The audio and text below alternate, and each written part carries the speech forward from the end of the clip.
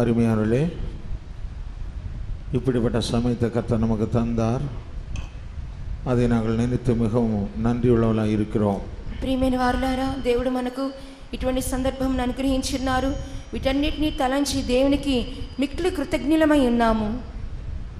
இந்த இடத்துல இப்படிப்பட்ட ஒரு கூட்டங்கள் நடக்கும் என்று நாங்கள் நினைக்கவே இல்லை. ఈ స్థలమందు ఇటువంటి కూటములు జరుగునని చెప్పి ఎన్నడూ మనం తలంచి ఉండలేదు. வனாந்தரமும் வறண்ட பூமியும் மகிழ்ந்து கடுவழி கழித்து வரும் என்று வாசிக்கிறோம். అరణ్యమును ఎడారి భూమియు కస్తూరి పుష్పము వలె పూసి సంతోషించి ఉల్లసించును అని చెప్పి వ్రాయబడి ఉన్నది. దేవుని వచనం మారాదது. దేవుని యొక్క వాక్యము మార్పు లేనిది. இந்த இடத்திலே நாங்கள் கால் வைத்த பிற்பாடு கர்த்தர் என்னோடு பேசினார். ఈ స్థలమందు కూడా నేను కాలు పెట్టినప్పుడు ప్రభు నాతో మాట్లాడి ఉన్నారు. வியாழக்கிழமை சாயங்காலத்திலே தேவ சமூகத்தில் வரும்போது கர்த்தர் பேசினார். గురువారం సాయంత్రం కూడా దేవునికి సన్నిధికి వచ్చినప్పుడు ప్రభు నాతో మాట్లాడి ఉన్నారు. வனாந்தரம் வறண்ட நிலம் மகிழ்ந்து சந்தோஷமடைய போகிறது என்று. అరణ్యమును ఎండిన భూమియు సంతోషించి ఉల్లసించును అని చెప్పి ఉన్నారు. அதே அம்சத்தை தான் இந்த காலை நேரத்திலே கர்த்தர் அவர் பேசும்படி ஏவி இருக்கிறார். ఈ ఉదయ కాలమందు కూడా ఇదే వాక్యాన్ని గురించి మాట్లాడమని ఆయన ప్రేరేపించి ఉన్నారు. கர்த்தர் ஸ்தோத்திரம். దేవునికి స్తోత్రములు. தேவனுடைய வசனத்தை நாம் தியானிக்கும் முன்பு ஒரு வசனத்தை படிப்போம். దేవుని యొక్క వాక్యాన్ని మనం ధ్యానించడానికి ముందుగా ఒక వాక్యమును చదువుకుందాం. யாத்திரையாகமம் 7ஆம் அதிகாரம் 16வது வசனத்துக்கு நம்முடைய கவனத்தை கொண்டு வருவோம். నిర్గమాకాండము 7వ అధ్యాయము 16వ వాక్యమునకు మనం శ్రద్ధ వహించదము. అతను చూచి అన్యమందు నన్ను సేవించుటకై నా ప్రజలను పోనిమని ఆజ్ఞాపించుటకు గాను హెబ్రీల దేవుడైన యెహోవా నన్ను యుద్ధకు పంపెను, నీవు ఇదివరకు వినకపోతివి.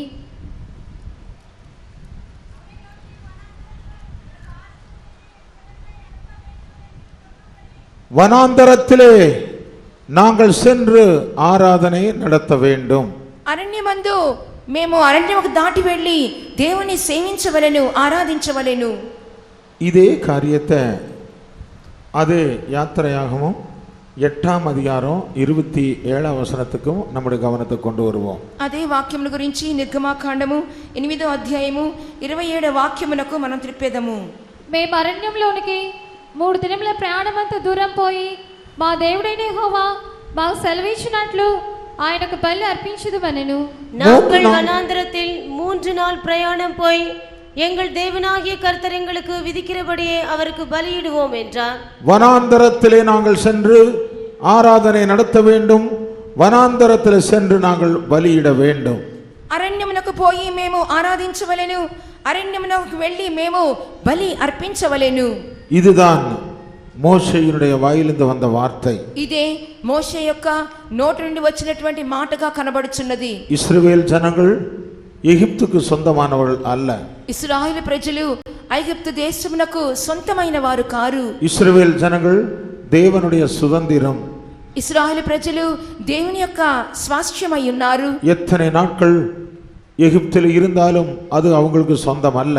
ఎన్ని దినాలు ఐగుప్తు దేశములో నివాసము చేసినప్పటికీ ఆ దేశము వారికి సొంతమైన దేశము కాదు. ஏறக்குறைய 430 வருடங்கள் அடிமைத்தனத்தில் இருந்தாலும் கூட அந்த இடத்துல சுதந்திரமாய் ஆராதிக்க முடியாது. దాదాపుగా 430 సంవత్సరములు వారు ఐగుప్తు దేశంలో నివాసము చేసినప్పటికీ వారు దేవుని సరైన రీతిలో ఆరాధించలేకపోయి ఉన్నారు. சொந்த தேசம் கானான் தேசம்தான். వారి యొక్క సొంత దేశము కనాను దేశము. அருமையானவர்களே, நாம சீக்கிரத்திலே పరమ కానానికి நம்முடைய ప్రయాణத்தை தொடர்ந்து கொண்டே இருக்கிறோம். ప్రియమైన వారలారా, అతి త్వరలో మనము కూడా ఆ యొక్క పరమ కానాను దేశమునకు మనం స్వతంత్రించుకొనై ఉన్నాము. சீக்கிரத்திலே அந்த கானான் தேசத்திலே நாம் சென்றடைய போகிறோம். అతి త్వరలోనే ఆ కనాను దేశానికి వెళ్ళి మనము చేరబోచున్నాము. கானான் தேசத்துக்கு சென்று நாம் பாலும் தேனும் ஓடுகிற ஒரு அனுபவத்தை பெறும் முன்பு వనాంతరத்திலே కర్తரை ఆరాధించ வேண்டும், కర్తருக்கு బలి సెలుత வேண்டும். కనాన్ దేశంలోకి వెళ్ళి ఆ పాలు తేనెలు మనము పుచ్చుకొని ఆనందించుటకు ముందుగా అరణ్య మార్గము గుండా మనం వెళ్ళి దేవుని ఆరాధించవలెను, దేవునికి బలి అర్పించవలెను. இந்த இடத்திலே நாம் எல்லாரும் காண்கிற வழி ஒரு வனாந்தரத்தில் தான் இப்பொழுது இருக்கிறோம். మనం ఇప్పుడు ఇక్కడ చూస్తూ ఉన్నాము, మన కంట ఎదుట అంతా కూడా అరణ్యము అడవిగానే కనబడుచు ఉన్నది. இங்கே எந்த விதமான வீடுகளோ வாசல்களோ இல்ல. చుట్టుపక్కల ఎటువంటి ఇల్లు గాని నివాసాలు గాని లేవు. இந்த இடத்திலே பச்சையான மரங்களோ கனி மரங்களோ வீடுகளோ இல்ல. పచ్చని చెట్లు గాని ఫలాలిచ్చే ఫలవృక్షాలు గాని ఇండ్లు గాని ఏమీ లేవు. இந்த இடத்துல எந்த விதமான வயல்களோ இல்லாவிட்டால் சந்தோஷத்தை கொடுக்கக்கூடியதான நீர் வீழ்ச்சிகளோ இல்லவே இல்லை. ఇక్కడ ఎటువంటి పొలములు కానీ సస్యశ్యామలము కానీ నీరు పారినటువంటి నీటి ఊటలు కానీ ఏమీ కనబడటలేదు. நீர் வீழ்ச்சிகள் வாட்டர் ஃபால்ஸ் நீர் வீழ்ச்சிகள் இல்ல. జలపాతములు కూడా కనబడటలేదు. எந்த இடம் பார்த்தாலும் வனாந்தரமாகத்தான் காணப்படுகிறது. ఎక్కడ చూసినా కూడా అరణ్యముగానే ఎడారిగానే కనబడుచు ఉన్నది. மலைகளை பார்க்கிறீங்க, కొండలు చూస్తూ ఉన్నారు. இந்த இடத்துல பின்னாலே வறண்ட நிலத்தை பார்க்கிறீங்க. వెనక వైపు చూసినప్పుడు ఎండినటువంటి నేల భూమి కనబడుతుంది. வலது பக்கத்திலே பார்த்தால் வறண்ட நிலம், మరో ప్రక్కన చూసినా కూడా ఎండిన భూమియే. இடது பக்கத்தில் பார்த்தால் வறண்ட நிலம், ఎడం ప్రక్కన చూసినా ఎండిన భూమియే. முன்னாலே பார்த்தால் மலை காணப்படுகிறது. ఎదురు చూస్తే కొండ కనబడుతూ ఉంది. எங்க பார்த்தாலும் வனாந்தரம் தான். ఎక్కడ చూసినా ఎడారి అరణ్యమే. இந்த வனாந்தரத்தில் தான் தேவஜனங்கள் வந்து ஆராதனை செய்ய வேண்டும். అవును, ఇటువంటి అరణ్యములోనే దేవుని ప్రజలు దేవుని ఆరాధించవలెను. மோசே பார்வோனிடத்திலே சொன்னதான ஒரே ஒரு வார்த்தை இதே வார்த்தை தான். మోషే ఫరో ఎదురు చెప్పుచున్నటువంటి ఒకే ఒక మాట ఈ మాటే అయ్యున్నది. என் ஜனங்களை நீ அனுப்ப வேண்டும், నా జనులను నువ్వు పంపించవలెను, நாங்கள் வனாந்தரத்துக்கு செல்ல வேண்டும், మేము అరణ్యానికే వెళ్ళవలెను, ஆராதனை செய்ய வேண்டும், మేము దేవుని ఆరాధించవలెను, பலி செலுத்த வேண்டும், ఆయనకు బలి అర్పించవలెను. கர்த்தருக்கு ஸ்தோத்திரம். దేవునికి స్తోత్రములు. அருமையானவர்களே, ஒரு வனாந்தரம் தான் தேவனுக்கு தேவைப்பட்டதா இருக்கிறது. ప్రియమైన వారలారా, ఒక అరణ్య భూమియే దేవునికి అవసరమై ఉన్నది. கர்த்தருக்கு ஸ்தோத்திரம். దేవునికి స్తోత్రములు. வனாந்தரத்தில் தான் அவருக்கு பலி செலுத்த வேண்டும். అరణ్యములోనే దేవునికి బలి చెల్లించవలెను. வனாந்தரத்தில் தான் கர்த்தருக்கு ஆராதனை செய்ய வேண்டும். అరణ్యములోనే దేవునికి ఆరాధన చేయవలెను. நீங்க வீட்டுக்கு போய் இப்போ சொன்ன ரெண்டு வசனத்தையும் நன்றாக படித்துக் கொள்ளுங்க. మీరు ఇంటికి వెళ్ళిన తర్వాత ఇప్పుడు చదివినటువంటి రెండు వాక్యాలు బాగా చదివి చూసుకోనండి. முதலாவது யாத்திரையாகமம் 7ஆம் அதிகாரம் 16வது வசனமோ, మొట్టమొదటిగా నిర్గమాకాండము 7వ అధ్యాయము 16వ వాక్యము, இரண்டாவது யாத்திராகமம் 8ஆம் அதிகாரம் 27வது வசனமோ, రెండవదిగా నిర్గమాకాండము 8వ అధ్యాయము 27వ వాక్యము. கர்த்தருக்கு ஸ்தோத்திரம். దేవునికి స్తోత్రములు. மோசே பார்வோனிடத்தில் சொன்ன வார்த்தை, వనాంతరத்துக்கு நாங்கள் செல்ல வேண்டும். మోషే ఫరో రాజు ఎదుట చెప్పుచున్న మాట, మేము అరణ్యానికే వెళ్ళవలెను, நாங்கள் வனாந்தரத்துக்கு செல்ல வேண்டும், మేము అరణ్యమునకు వెళ్ళవలెను, நாங்கள் வனாந்தரத்தில் பலி செலுத்த வேண்டும், మేము అరణ్యములో బలి చెల్లించవలెను. கர்த்தருக்கு ஸ்தோத்திரம். దేవునికి స్తోత్రములు. ஏன் వనాந்தரம் என்கிற வார்த்தை அங்க கொடுக்கப்பட்டது? ఎందువలన అచ్చట అరణ్యము అనే మాట చెప్పబడుచున్నది? ஏன் தேவ ஜனங்கள் வனாந்தரத்துக்கு செல்ல வேண்டும்? ఎందువల్ల దేవుని జనులు అరణ్యానికి వెళ్ళవలెను? கர்த்தருக்கு ஸ்தோத்திரம். దేవునికి స్తోత్రములు. அருமையானவர்களே, வனாந்தரத்தை பற்றி தேவனுடைய வசனத்தில் என்ன சொல்லியிருக்கு தெரியுமா? ప్రియమైన వారలారా, అరణ్యాన్ని గురించి దేవుని వాక్యములో ఏం చెప్పబడిందో తెలియనా? தயவுசெய்து யாரும் கண்களை மூடாதீங்க, தூங்காதீங்க. దయచేసి ఎవరు కళ్ళు మూసుకొనవద్దు, నిద్రపోవద్దు. நம்முடைய பண்டிகையுடைய கடைசி நாள் இது. మన యొక్క పండుగ యొక్క అంత్య దినమే ఇదై ఉన్నది. கர்த்தருக்கு ஸ்தோத்திரம். దేవునికి స్తోత్రములు. இந்த பண்டிகையின் கடைசி நாளிலே கர்த்தர் நம்மோடு சொல்லுகிறத வசனத்தை கவனமாய் கேட்டுவிட்டு நீங்க திரும்பி செல்லுங்க. ఈ పండుగ యొక్క అంత్య దినమందు దేవుడు మనతో మాట్లాడుతున్న మాటలను శ్రద్ధగా ఆలకించి తిరిగి వెళ్ళండి. கர்த்தருக்கு ஸ்தோத்திரம். దేవునికి స్తోత్రములు. வனாந்தரத்துக்கு நாங்கள் செல்ல வேண்டும். అరణ్యానికే మేము వెళ్ళవలెను. எழுத்தின்படி நாம் இப்பொழுது வனாந்தரத்தில் தான் இருக்கிறோம். అక్షరానుసారంగా కూడా ఇప్పుడు అరణ్య ప్రదేశంలోనే మనం కనబడుచున్నాం. எழுத்தின்படி வனாந்தரத்தில் தான் தேவனுக்கு நாம் இப்பொழுது ஆராதனை செய்து கொண்டிருக்கிறோம். అక్షరానుసారమైన అరణ్యములోనే ఇప్పుడు మనం దేవునికి ఆరాధన చేయుచున్నాం. எழுத்தின்படி உண்டான வனாந்தரத்தில் தான் கர்த்தருக்கு நாம் பலிகளை, ஸ்தோத்திர பலிகளை செலுத்திக் கொண்டிருக்கிறோம். అక్షరానుసారమైన అరణ్యములోనే దేవునికి మనం బలి అర్పిస్తున్నాం, స్తోత్ర బలులు అర్పిస్తున్నాము. இந்த ஆராதனையின் முதல் நேரத்தில் 100 ஸ்தோத்திரங்களை நாம் செய்தோம். ఈ ఆరాధన యొక్క ప్రారంభంలోనే 100 స్తోత్రాలు చెప్పాం కదా. கர்த்தருக்கு ஸ்தோத்திரம். దేవునికి స్తోత్రములు. கர்த்தருக்கு பலி செலுத்துறதான ஸ்தோத்திர பலிதான் அந்த ஆராதனை. దేవునికి చెల్లించే స్తోత్ర బలులే ఆ యొక్క ఆరాధన. கர்த்தருக்கு ஸ்தோத்திரம். దేవునికి స్తోత్రములు. வனாந்தரத்துக்கு நாங்கள் சென்று ஆராதிக்க வேண்டும், பலி செலுத்த வேண்டும். మేము అరణ్యానికే వెళ్ళి ఆరాధించవలెను, బలి అర్పించవలెను. ஏன் வனாந்தரத்துக்கு நாம் செல்ல வேண்டும்? ఎందువల్ల అరణ్యానికి మనం వెళ్ళవలెను? அந்த வனாந்தரத்துல இருக்கிற விசேஷம் தான் என்ன? ఆ యొక్క అరణ్యములో కనబడుతున్నటువంటి విశేషతలే ఏమి? கர்த்தருக்கு ஸ்தோத்திரம். దేవునికి స్తోత్రములు. இப்பொழுது வனாந்தரத்திலே 7 விதமான ஆசீர்வாதங்கள் இருக்கிறதாக வேதவசனத்திலே சொல்லப்பட்டுள்ளது. అరణ్యములో దాదాపు 7 రకములైనటువంటి ఆశీర్వాదములు ఉన్నట్లుగా దేవుని వాక్యం మనకు చెప్పుచున్నది. இதுக்காகத்தான் தேவன் சொல்லுகிறார், என் ஜனங்கள், இஸ்ரவேல் ஜனங்கள், எபிரேயருடைய ஜனங்கள் వనాంతరத்துக்கு சென்று ఆరాధన செய்ய வேண்டும். అందువల్ల దేవుడు ఈ కారణాల బట్టి చెప్పుచున్నారు, నా యొక్క జనులు, నా ఇశ్రాయేలు ప్రజలు, హెబ్రీ వంశస్థులు అరణ్యమునకు వెళ్ళి దేవుని ఆరాధించవలెను. అరుமையானவனே, தேவன் நம்மை எதுக்காக இந்த வனாந்தரத்துக்கு கொண்டு வந்திருக்கிறார்? దేవుడు మనల్ని ఎందుకొరకు అరణ్యములోనికి ప్రియమైన వారలారా తీసుకుని వచ్చి ఉన్నారు. இந்த వనాந்தரத்தில் உண்டான விசேஷம் என்ன? ఈ యొక్క అరణ్యములో కనబడుచున్నటువంటి విశేషత ఏమి? వనాந்தரத்தில் పచ్చயான எந்த காரியமே இல்ல. అరణ్యములో పచ్చగా కనబడుచున్నటువంటి ఎటువంటి కార్యము లేదు. எந்த நீர் வீழ்ச்சிகள் இல்ல. ఎటువంటి జలపాతములు కనబడటలేదు. எங்கேயும் வயல்கள் இல்ல. ఎటువంటి పొలాలు కనబడటలేదు. எங்கேயும் எந்த விதமான சந்தோஷங்களும் இல்ல. ఎటువంటి సంతోషములు కనబడటలేదు. ஆனால் தேவ ஜனங்கள் வனாந்தரத்துக்கு தான் செல்ல வேண்டும். అయినప్పటికీ దేవునికి జనులు అరణ్యానికే వెళ్ళవలెను. என் ஜனங்கள் வனாந்தரத்துக்கு சென்று ஆராதிக்க வேண்டும். నా జనులు అరణ్యానికి వెళ్ళి బలిర్పించవలెను. என் ஜனங்கள் வனாந்தரத்துக்கு சென்று பலி செலுத்த வேண்டும். నా జనులు అరణ్యానికి వెళ్ళి బలి అర్పించవలెను. அப்படியானால் அந்த வனாந்தரத்துல என்னதான் விசேஷம்? అట్లయితే ఆ అరణ్యములో ఏం విశేషతలు కనబడుచున్నాయి? அருமையானுள்ளே, இன்றைக்கு 7 காரியங்களை நான் சொல்றேன், ரொம்ப கவனமா கேட்டுக்கொள்ளுங்க. ప్రియమైన వారలారా, 7 కార్యాలు ఈ రోజు మీతో చెప్తాను, చాలా శ్రద్ధగా ఆలకించండి. கர்த்தருக்கு ஸ்தோத்திரம். దేవునికి స్తోత్రములు. முதலாவது வனாந்தரத்தில் இருக்கிறதான விசேஷம் என்ன தெரியுமா? మొట్టమొదటిగా అరణ్యములో కనబడుచున్నటువంటి విశేషత ఏంటో తెలియనా? தேவனுடைய சத்தம் வனாந்தரத்தில் இருக்கிறது.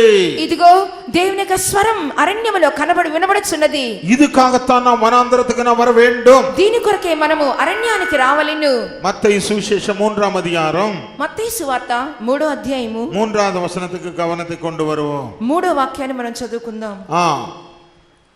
ప్రభు మార్గం సిద్ధపరచుడి, ఆయన త్రోవలు సరళము చేయుడని అరణ్యంలో కేకవేయ ఒకని శబ్దము. வனாந்தரத்தில் கூப்பிடுகிற ஒரு ஆளுடைய சத்தம். అరణ్యములో కేక వేయుచున్నటువంటి ఒకని శబ్దము. இதே காரியத்தை தான் ஏசாயா புஸ்தகம் 40ஆம் அதிகாரம் 5ஆம் 6ஆம் வசனத்தில் வாசிக்கலாம். ఇదే కార్యం గురించి యెషయా గ్రంథము 40వ అధ్యాయము 5, 6 వాక్యములో చూడగలుగుచున్నాం. வனாந்தரத்திலே கூப்பிடுகிறதான ஒரு சத்தம் உண்டு. అరణ్యములో కేకలు వేయుచున్నటువంటి ఒకని శబ్దము వినబడుచున్నది. அருமையான மகனே, மகளே, இந்த வனாந்தரத்திலே நீ வரும்போதுதான் தேவ சத்தத்தை நீ கேட்க முடியும். ప్రియమైన వారలారా, ఈ అరణ్యములోకి వచ్చినప్పుడల్లా నీవు దేవుని స్వరమును వినగలవు. தேவனுடைய சத்தம் ஒரு மனிதனுக்குள்ளே வரும்போது அது வல்லமை உள்ளதாய் காணப்படுகிறது. దేవుని యొక్క స్వరము ఒక మనుషునికి వస్తున్నప్పుడు అది నిజముగానే శక్తివంతమైనదిగా కనబడుచున్నది. எப்பேற்பட்ட பலகீனமான ஆளா இருந்தாலும் சரி, ఎటువంటి బలహీనమైన వ్యక్తి అయినా సరే, எப்பேற்பட்ட முடியாத ஒரு மனிதனாய் இருந்தாலும் சரி, ఎటువంటి వీలు పడని వ్యక్తి అయినా సరే, எப்பேற்பட்ட முதிர் வயதுள்ளவனாய் இருந்தாலும் சரி, ఎటువంటి వయసైన వారైనా సరే, நடக்க முடியாதவனாய் இருந்தாலும் சரி, నడవలేనటువంటి పరిస్థితిలో ఉంటున్నా సరే, శరీర అవయవங்களே பலம் இல்லாதவனாய் இருந்தாலும் சரி, శరీర అవయవాలన్నీ కూడా బలహీనం అయిపోయినా సరే, ஒரு மனிதன் தேவ சத்தம் கேட்பான் என்று கண்டால் அந்த சத்தம் அவனுக்குள்ளே வல்லமையை கொண்டு வருகிறது. ఒక మనుషుడు దేవుని స్వరమును విన్నట్లయితే నిశ్చయంగా మనుషులలోనికి దేవునికి శక్తి వచ్చును. 29வது சங்கீதம் 4ஆம் வசனத்திலே வாசிக்கும்போது 29వ కీర్తన 4వ వాక్యానికి వచ్చినప్పుడు கர்த்தருடைய சத்தம் பலமாய் இருக்கிறது, வல்லமையுள்ளதாய் இருக்கிறது. దేవుని యొక్క స్వరము బలము గలదిగా, ప్రభావము గలదిగా ఉంటున్నది. యెహోవా స్వరము బలమైనది, యెహోవా స్వరం ప్రభావము గలది. கர்த்தருக்கு ஸ்தோத்திரம். దేవునికి స్తోత్రములు. கர்த்தருடைய சத்தமோ மகா வல்லமையுள்ளதா இருக்கிறது. యెహోవా స్వరము మహా బలమైనదిగా ఉంటున్నది. அருமையான சகோதரி சகோதரியே, இந்த வனாந்தரத்திலே நீ ஆராதனை செய்கிறாய் என்று கண்டால் தேவன் தம்முடைய சத்தத்தை உனக்குள்ள கொடுத்து உன்னை பலப்படுத்தும்படிக்கு மாத்திரம்தான். ప్రియమైన సహోదరుడా సహోదరి, ఈ అరణ్యములో నీవు దేవుని ఆరాధించినట్లయితే దేవునికి స్వరమునికి వినిపింపజేసి నిన్ను బలపరచు దేవుడుగా వింటున్నారు. ஒரு மனிதன் தேவ சத்தம் கேட்பான் என்று கண்டால் அவன் உள்ளான மனிதனிலே அவன் பலப்படுத்தப்படுகிறான். ఒక మనుష్యుడు దేవునికి స్వరము విన్నట్లయితే అంతరంగ పురుషుని యందు బలము తెచ్చుకొనుచున్నాడు. ஒரு மனிதன் தேவ சத்தம் கேட்பான் என்று கண்டால் శరీரத்திலே அவன் பலப்படுத்தப்படுகிறான். ఒక మనుష్యుడు దేవుని స్వరమును విన్నట్లయితే శరీరములో బలపరచబడుచున్నాడు. தேவ சத்தம் எல்லாரும் கேட்கிறது இல்ல, ஒரு கூட்டத்தாருக்கு மாத்திரம்தான் தேவ சத்தம் கேட்கப்படும். దేవునికి స్వరము అందరూ వినలేరు, ఒక గుంపు జనాంగం మాత్రమే వినగలరు. இயேசு சொல்லுகிறார், சத்தியவான் எவனும் என் சத்தத்தை கேட்கிறான் என்று சொல்லுகிறார். యేసు చెప్పుచున్నాడు, సత్యవంతుడు ఎవరో వారే నా స్వరము వినును అని. யோவான் சுவிசேஷம் 18ஆம் அதிகாரம் 37ஆம் வசனத்தை கவனிக்கும் போது, యోహాను సువార్త 18వ అధ్యాయము 37వ వాక్యం చూసినప్పుడు, சத்தியவான் எவனும் என் சத்தம் கேட்கிறான். సత్యవంతుడే నాకు స్వరమును వినును. அருமையானவனே, உனக்குள்ளே சத்தியம் என்று சொல்லக்கூடியதான இயேசு இருப்பார் என்று கண்டால் நீ அவருடைய சத்தத்தை நீ கேட்கப்பட முடியும். నీలో సత్యమనే యేసు ఉన్నట్లయితే నిశ్చయముగా నీవు ఆయన స్వరమును వినగలవు. சத்தியம் என்று சொன்னா வேதத்தில் அதுக்கு பல அர்த்தங்கள் கொடுக்கப்பட்டு உள்ளது. సత్యము అని చెప్పుచున్నప్పుడు దేవుని గ్రంథములో అనేకమైన అర్థములు చెప్పబడుచున్నవి. கர்த்தராகிய இயேசு சத்தியம் உள்ளவராய் இருக்கிறார். ప్రభువైన యేసు క్రీస్తు సత్యవంతుడిగా కనబడుచున్నారు. நானே வழியும் சத்தியமாய் இருக்கிறேன். నేనే మార్గమును సత్యమునై ఉన్నాను. அருமையானவனே, பிதாவாகிய தேவன் சத்தியமுள்ளவராய் இருக்கிறார். తండ్రి అయిన దేవుడు కూడా సత్యవంతుడిగా కనబడుచున్నారు. பரிசுத்த ஆவியானவர் சத்தியமுள்ளவராய் இருக்கிறார். పరిశుద్ధాత్మ దేవుడు కూడా సత్య స్వరూపిగా కనబడుచున్నారు. வேதவசனம் சத்தியமாய் காணப்படுகிறது. దేవుని వాక్యమే సత్యముగా కనబడుచున్నది. யாருக்குள்ளே இந்த சத்தியம் பிரவேசிக்கிறதோ அவர்கள் தேவ சத்தம் கேட்கப்பட முடியும். ఎవరిలో అయితే ఈ సత్యం ప్రవేశిస్తున్నదో వారు మాత్రమే దేవుని స్వరమును వినగలరు. ஒரு மனிதன் தேவ சத்தம் கேட்பான் என்று கண்டால் அவன் சீக்கிரத்திலே மறு ரூபத்துக்கு ஆயத்தமாய் கொண்டிருக்கிறான் என்று அர்த்தம். ఒక మనుష్యుడు దేవుని స్వరము వినగలిగినట్లయితే నిశ్చయంగా తన జీవితమును రూపాంతరపరచుకొనుటకు తను సిద్ధపరచుకొనుచున్నాడని అర్థము. யோவான் சுவிசேஷம் 18ஆம் அதிகாரம் 37ஆம் வசனத்தை படிப்போம். యోహాను సువార్త 18వ అధ్యాయము 37వ వాక్యం చదువుకుందాం. సత్యం గురించి సాక్ష్యం ఇచ్చినప్పుడు నేను పుట్టి తిని ఇంటి నిమిత్తమే ఈ లోకమునకు వచ్చి తిని సత్య సంబంధైన ప్రతి వాడును నా మాట వినుననెను. சத்தியவான் எவனும் என் சத்தம் கேட்பான். సత్యము గలవాడు నాకు స్వరమును వినును. அருமையான சகோதரனே சகோதரியே, உனக்குள்ளே உண்மை என்று சொல்லக்கூடியதான ஒரு சத்தியம் இருக்கும் என்று கண்டால், இயேசு என்று சொல்லக்கூடியதான சத்தியம் இருக்கும் என்று கண்டால் நீ அவர் சத்தம் கேட்கப்பட முடியும். నీలో యేసు అనే సత్యము నివాసము చేసినట్లయితే నిశ్చయముగా ఆయనకు స్వరమును నువ్వు వినగలవు. ஆவியானவர் உனக்குள்ள இருப்பார் என்று கண்டால் நீ தேவ சத்தம் கேட்கப்பட முடியும். ఆత్మైన వారు నీలో నివాసం చేసినట్లయితే దేవునికి స్వరమును నువ్వు వినగలవు. தேவனுடைய வசனம் உனக்குள்ள இருக்கும் என்று கண்டால் தேவ சத்தம் கேட்கப்பட முடியும். దేవుని యొక్క వాక్యము నీలో ఉన్నట్లయితే దేవునికి స్వరమును నీవు వినగలవు. தேவன் உங்களை இந்த வனாந்தரத்துக்கு கொண்டு வந்த நோக்கம் என்ன? దేవుడు ఎందువలన ఈ అరణ్యములో తీసుకుని వచ్చిన ఉద్దేశం ఏమి? தேவ சத்தத்தை உனக்கு தொனிக்க பண்ணும்படிக்கு தான். దేవుని యొక్క స్వరమును నీకు వినిపింపజేయుటకే కదా. யார் தேவ சத்தம் கேட்கிறார்களோ அவர்கள் சீக்கிரத்திலே உயிர் தெழுந்து மறுரூபம் அடைய போகிறாங்க. ఎందరైతే దేవుని యొక్క స్వరమును వినుచున్నారో వారు అతి త్వరలోనే రూపాంతరం చెందబోచున్నారు. கர்த்தருக்கு ஸ்தோத்திரம். దేవునికి స్తోత్రములు. யோவான் சுவிசேஷம் యోహాను సువార్త 5ஆம் அதிகாரம் 5వ అధ్యాయము 25ஆம் వசனத்தை பாருங்க. 25వ వాక్యాన్ని చూడండి. என்ன சொல்லி இருக்குது? ఏం చెప్పబడుచున్నది? மரித்தோர்கள் தேவ சத்தம் கேட்டு எழும்ப போகிறார்கள். మృతులు దేవుని స్వరము విని వారు లేచెదరు. தேவ சத்தம் கேட்காதவங்க யாருமே எழும்ப மாட்டாங்க. దేవునికి స్వరము వినని వారు ఎవరు కూడా లేవలేరు. మృతులు దేవుని శబ్దం విను గడియ వచ్చున్నది, ఇప్పుడే వచ్చి ఉన్నది, దానిని వినువారు జీవితులని మీతో నిశ్చయంగా చెప్పుచున్నాను. கர்த்தருக்கு ஸ்தோத்திரம். దేవునికి స్తోత్రములు. மரித்தவர்கள் தேவ சத்தம் கேட்டு எழும்ப போகிறார்கள். మృతులు దేవుని యొక్క శబ్దమును విని వాళ్ళు లేవబోచున్నారు. ஆரவாரத்தோடு அவர் வரப்போகிறார். ఆయన ఆర్భాటముతో రాబోచున్నారు. தூதர்களோடு வரப்போகிறார். ఆయన దూతలతో రాబోచున్నారు. அருமையானவனே, அவர் வரும்போது அவருக்குரியவர்கள் மாத்திரம்தான் இந்த சத்தத்தை கேட்க போகிறார்கள். ప్రియమైన వారలారా, ఆయన ప్రత్యక్షమైనప్పుడు ఆయనకు చెందిన వారు మాత్రమే ఆయన స్వరమును వినబోచున్నారు. இந்த உலகத்தில் இருக்கும்போது நீ தேவ சத்தம் கேட்டு பழகி இருந்தால் மாத்திரம்தான் அவர் வரும்போது அவரை நீ காணப்பட முடியும். ఈ లోకములో ఉంటున్నప్పుడే దేవుని స్వరము వినటానికి అలవాటు చేసుకుంటే ఆ తర్వాత ఆయన ఎంత ఉండబోచున్నావు. கடைசி கால சத்தம் கேட்க வேண்டும் என்று கண்டால் இந்த உலகத்தில் இருக்கும்போது ஒவ்வொரு நாளும் நீ தேவ சத்தம் கேட்டு பழக வேணும். కడ బోర శబ్దము వినవల్లంటే ఈ లోకములో ఉంటున్నప్పుడే నీవు దేవుని స్వరము వినటానికి అలవాటు చేసుకునవలెను. இந்த உலகத்தில் இருக்கும்போது ஒரு மனிதன் தேவ சத்தம் கேட்கிறவனாய் இருந்தால் சீக்கிரத்திலே அவன் உயிரோடு எழுப்பப்படுவதற்கும் அவன் மறுரூபம் அடைவதற்கும் தன்னை ஆயத்தமாக்கி கொண்டு இருக்கிறான். ఈ లోకములో ఉంటున్నప్పుడే ఒకడు దేవుని యొక్క స్వరమును వినగలిగినట్లయితే అతడు అతి త్వరలోనే పునరుద్ధానము చెంది రూపాంతరపరచబడును. இதுக்காகத்தான் மோசே பார்வோனிடத்தில் சொல்லும்போது என் ஜனங்கள் வனாந்தரத்துக்கு வர வேண்டும், அங்கே ஆராதிக்க வேண்டும். దీని కొరకే మోషే ఫరోతో చెప్పుచున్నాడు, నా జనులు అరణ్యముకు రావలెను, అక్కడే దేవుని ఆరాధించవలెను. ஏனென்று கண்டால் வனாந்தரத்தில் வந்தால் தான் தேவ சத்தம் கேட்கப்பட முடியும். ఎందువల్లంటే అరణ్యానికి వచ్చినప్పుడు మాత్రమే కదా దేవుని స్వరమును వినగలుగుచున్నాము. நாங்கள் அந்த தேவ சத்தத்துக்கு ஆயத்தமாய் கொண்டிருக்கிறோம் என்று உங்களால் எத்தனை பேர் சொல்லப்பட முடியும்? మేమందరం కూడా దేవుని స్వరాన్ని వినటానికి సిద్ధంగా ఉన్నామని చెప్పి మీలో ఎంతమంది చెప్పగలరు? హల్లెలూయా చెప్పండి, సరిగా చెప్పండి. పూరణ దోతవోదినప్పుడు మధ్యాకాశములో పూరణ దోతవోదినప్పుడు మధ్యాకాశములో పరలోకం నుండి ప్రభు దిగును, పరలోకం నుండి ప్రభు దిగును, పరిశుద్ధ సంగముని మేఘమీద కొనిపోవును, పరిశుద్ధ సంగముని మేఘమీద కొనిపోవును. ஹல்லேலூயா. என் ஜனங்கள் வனாந்தரத்தில் வந்து பலி செலுத்த வேண்டும். నా జనులు అరణ్యములకు వచ్చి బలి చెల్లించవలెను. என் ஜனங்கள் வனாந்தரத்தில் வந்து ஆராதனை செய்ய வேண்டும். నా జనులు అరణ్యానికి వచ్చి ఆరాధన చేయవలెను. ஓ சகோதரி சகோதரியே, வனாந்தரத்தில் வந்தால் தேவ சத்தம் இல்லாவிட்டால் கூப்பிடுகிறதான ஒரு சத்தத்தை நீ கேட்கப்பட முடியும். ఓ దేవుని యొక్క జనమా, నువ్వు అరణ్యానికి వచ్చినప్పుడు మాత్రమే దేవుని యొక్క స్వరము పిలుచుచున్న శబ్దమును వినగలవు.